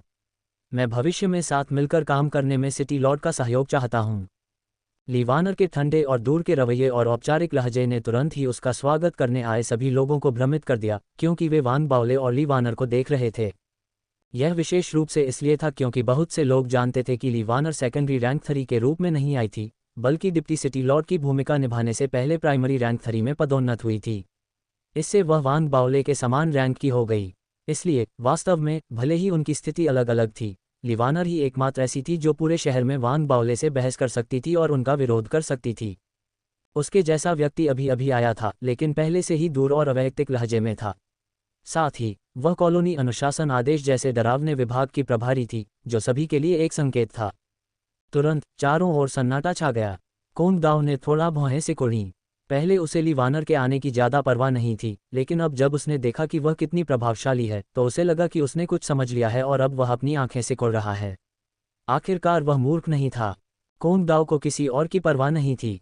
हालांकि चूंकि वान बाओले ने उसकी मदद की थी और उसे तरक्की दी थी, इसलिए वह वान बाओले के पक्ष में था। सहज रूप से वह ली वानर के प्रति नापसंदगी और प्रतिरोध से भरा हुआ था, जो अभी अभी आई थी। लिन तियानहाओ के लिए यह और भी अधिक था। भले ही उसके पिता और ली वानर के पिता दोनों सीनेट से थे, लेकिन उसे लगा कि यह पिछली पीढ़ी के लोगों के इर्द गिर्द घूमता है, जिसका उससे कोई लेना देना नहीं है। इसलिए उसने भी अपनी बाहें उठाईं, लेकिन जब उसने वान बाओले और ली वानर के बीच के रिश्ते के बारे में अपने अनुमान के बारे में सोचा तो उसने पलकें झपकाईं और महसूस किया कि यह मामला जटिल था और इसे पूरी तरह से समझना असंभव था। जिन डोमिंग भी अभी हैरान था। उसके दिमाग में भले ही ली वानर गुस्सैल स्वभाव की थी, लेकिन वह जल्दबाज नहीं थी। तार्किक रूप से उसके लिए आते ही ऐसी बातें कहना असंभव था। क्या वह दिखावा कर रही है? जिन डोमिंग को संदेह था। यह अंतर्ज्ञान बहुत स्पष्ट था और वान बाओले को ऐसा और भी ज्यादा लगा। उसके दिल में जटिल भावनाएं अब लगभग खत्म हो चुकी थीं, और एक ठंडी और सख्त नज़र से उसने ली वानर को देखा और थोड़ा सिर हिलाया। बिना कुछ कहे वह मुड़ा और चला गया। अगर वान बाओले ने कुछ कहा होता तो यह ज्यादा स्पष्ट होता, लेकिन वह बिना कुछ कहे चला गया। ये इस तथ्य के साथ कि उसका दिव्य आयुध नए शहर पर बहुत प्रभाव था, ऐसा लग रहा था कि यह उसके रवैये की अभिव्यक्ति थी। लिन तियानहाओ और कोंग दाओ भी उसके साथ जाने के लिए मुड़े। जिन डोमिंग हिचकिचाए, ली वानर को देखने और थोड़ा सिर हिलाने के बाद ही जाने के लिए मुड़े। अन्य रैंक के लोगों ने, जिन्होंने अभिजात वर्ग के बीच चल रही खामोश लड़ाई को देखा, उन्होंने भी पास जाने की हिम्मत नहीं की। उसका अभिवादन करने के बाद वे सभी तितर बितर होने लगे। जल्द ही ली वानर का स्वागत करने आए लोगों में से केवल मुट्ठी भर लोग ही बचे रह गए। ली वानर वहीं खड़ी रही, अपनी भौहें थोड़ी सिकोड़ते हुए। आने से पहले उसने दिव्य आयुध नए शहर पर कुछ शोध किया था और वान बाओले की स्थिति के बारे में जान गई थी। हालांकि आने के बाद वह अभी भी वान बाओले के अधिकार से भयभीत थी और उसके आने से पहले उसके पिता ने जो शब्द उससे कहे थे वे उसके दिमाग में बार बार उभर रहे थे। वान बाओले एक असाधारण व्यक्ति हैं। शहर के क्षेत्र को शहर में बदलने के बाद दिव्य आयुध नए शहर में उनकी स्थिति ऐसी है जिसे आसानी से हिलाया नहीं जा सकता। आप दोनों के बीच का मामला स्पष्ट होना चाहिए और संबंध खत्म होने चाहिए। उस विचार के साथ ली वानर ने अपने दिल में आह भरी। वास्तव में वह आने के लिए तैयार नहीं थी।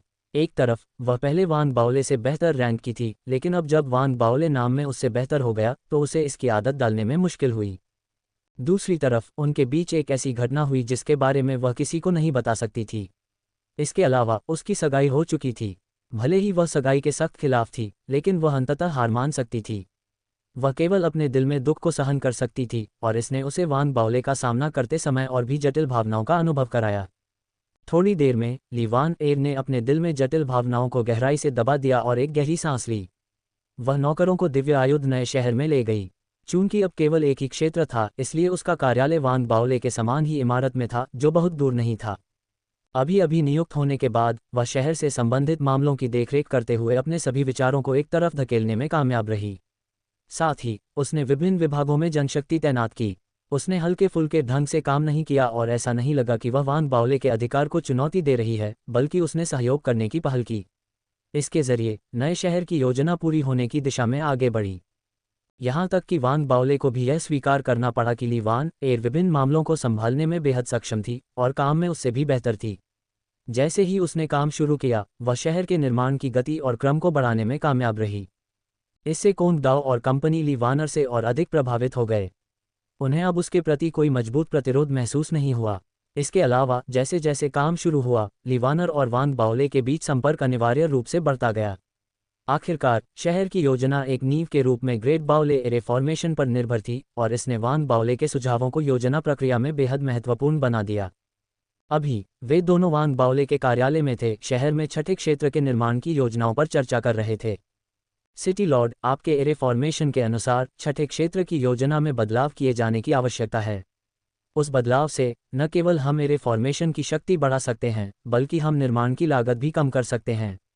ली वानर ने वान बाओले को जेड स्लिप देते हुए गंभीर रूप से देखा। वान बाओले ने जेड स्लिप को उसी तरह औपचारिक तरीके से प्राप्त किया। इसे पढ़ने के बाद वह प्रभावित हुआ।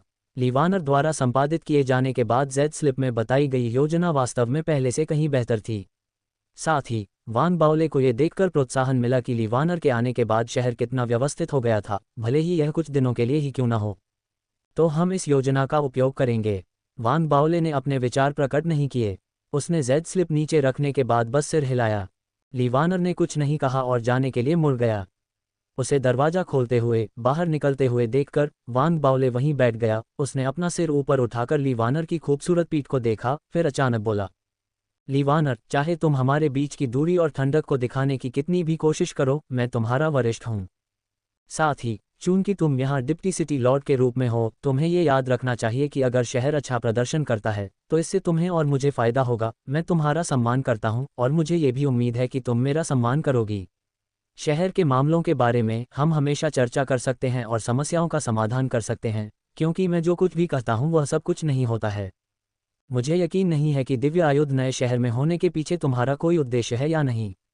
हालांकि इस जगह पर संघ का पूरा ध्यान है। अगर कुछ हुआ तो मैं उदार व्यक्ति नहीं हूं और मामले की ईमानदारी से रिपोर्ट करूंगा। वान बाओले ने धीमी आवाज में कहा। यह पहली बार था जब उसने ली वानर से ऐसा कुछ कहा था। जैसे ही उसने बात की, ली वानर अपनी जगह पर रुक गई। वान बाओले की ओर पीट करके वह गहरी सोच में डूबी हुई लग रही थी। उस पल कार्यालय में सन्नाटा छा गया। समझ गया। थोड़ी देर बाद ली वानर बोली। उसका स्वर अभी भी दृढ़ था, लेकिन उसकी आवाज में ठंडक कुछ कम हो गई थी। वह जाते समय पीछे नहीं मुड़ी। ली वानर, जो अब वान बाओले के कार्यालय से बाहर निकल चुकी थी, अपने निवास की ओर वापस जा रही थी।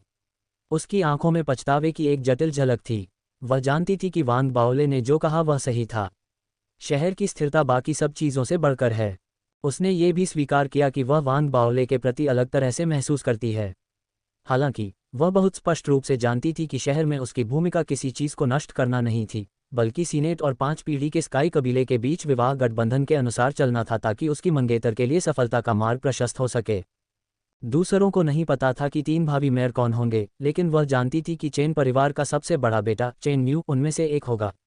वह ये भी जानती थी कि अपने भावी पति के लिए सफलता का मार्ग प्रशस्त करने का ये तरीका वान बाओले के साथ मतभेदों को जन्म देगा, जो वह नहीं चाहती थी, लेकिन उसके पास कोई विकल्प नहीं था। इसलिए वह केवल यही सोच सकती थी कि वान बाओले के साथ सभी संबंध तोड़ दे, उसे केवल एक सहकर्मी के रूप में समझे। वान बाओले को ली वान एर के विचारों का विवरण नहीं पता था, लेकिन वह कमोबेश इसका अनुमान लगा सकती थी। वास्तव में जब ली वान र पहुंचे तो उन्होंने पहले ही स्थिति का विश्लेषण कर लिया था और उन्हें लगा कि उनकी मंगेतर चेन म्यू के शहर में आने की संभावना बहुत ज़्यादा है। ये वास्तव में वैसा ही था जैसा कि वान बाओले ने अनुमान लगाया था। कई दिनों के बाद दिव्यायुध नए शहर के 3 शेष महापौरों की उम्मीदवारी आखिरकार तय हो गई, विभिन्न गुटों के बीच प्रतिस्पर्धा में महीने भर की देरी के बाद। जब मार्टिन कॉलोनी के गवर्नर से वान बाओले को नोटिस भेजा गया तो उन्होंने अपने नेतृत्व में 3 नए महापौरों के प्रोफाइल देखे। पहला व्यक्ति वास्तव में था चेन म्यू, चेन परिवार का सबसे बड़ा बेटा। दूसरा व्यक्ति गैलेक्टिक डस्क संप्रदाय का कोई व्यक्ति था जो चंद्रमा पर वान बाओले को लूटने के अपने प्रयास में विफल हो गया था और इसके बजाय वान बाओले ने उसे नंगा कर दिया था। काली पट्टियों से बंधे कुलीन। तीसरा व्यक्ति एक महिला थी जिससे वान बाओले परिचित नहीं थे, हालांकि उसके पोर्टफोलियो से ऐसा लग रहा था कि वह प्लम मैनिफेस्टेशन कॉर्नेट संप्रदाय से आई थी। फेडरेशन के भीतर विभिन्न गुट दिव्य आयुध नए शहर में इकट्ठे हुए थे। ये कहा जा सकता है कि कुछ हद तक शहर पूरे फेडरेशन का एक छोटा संस्करण था।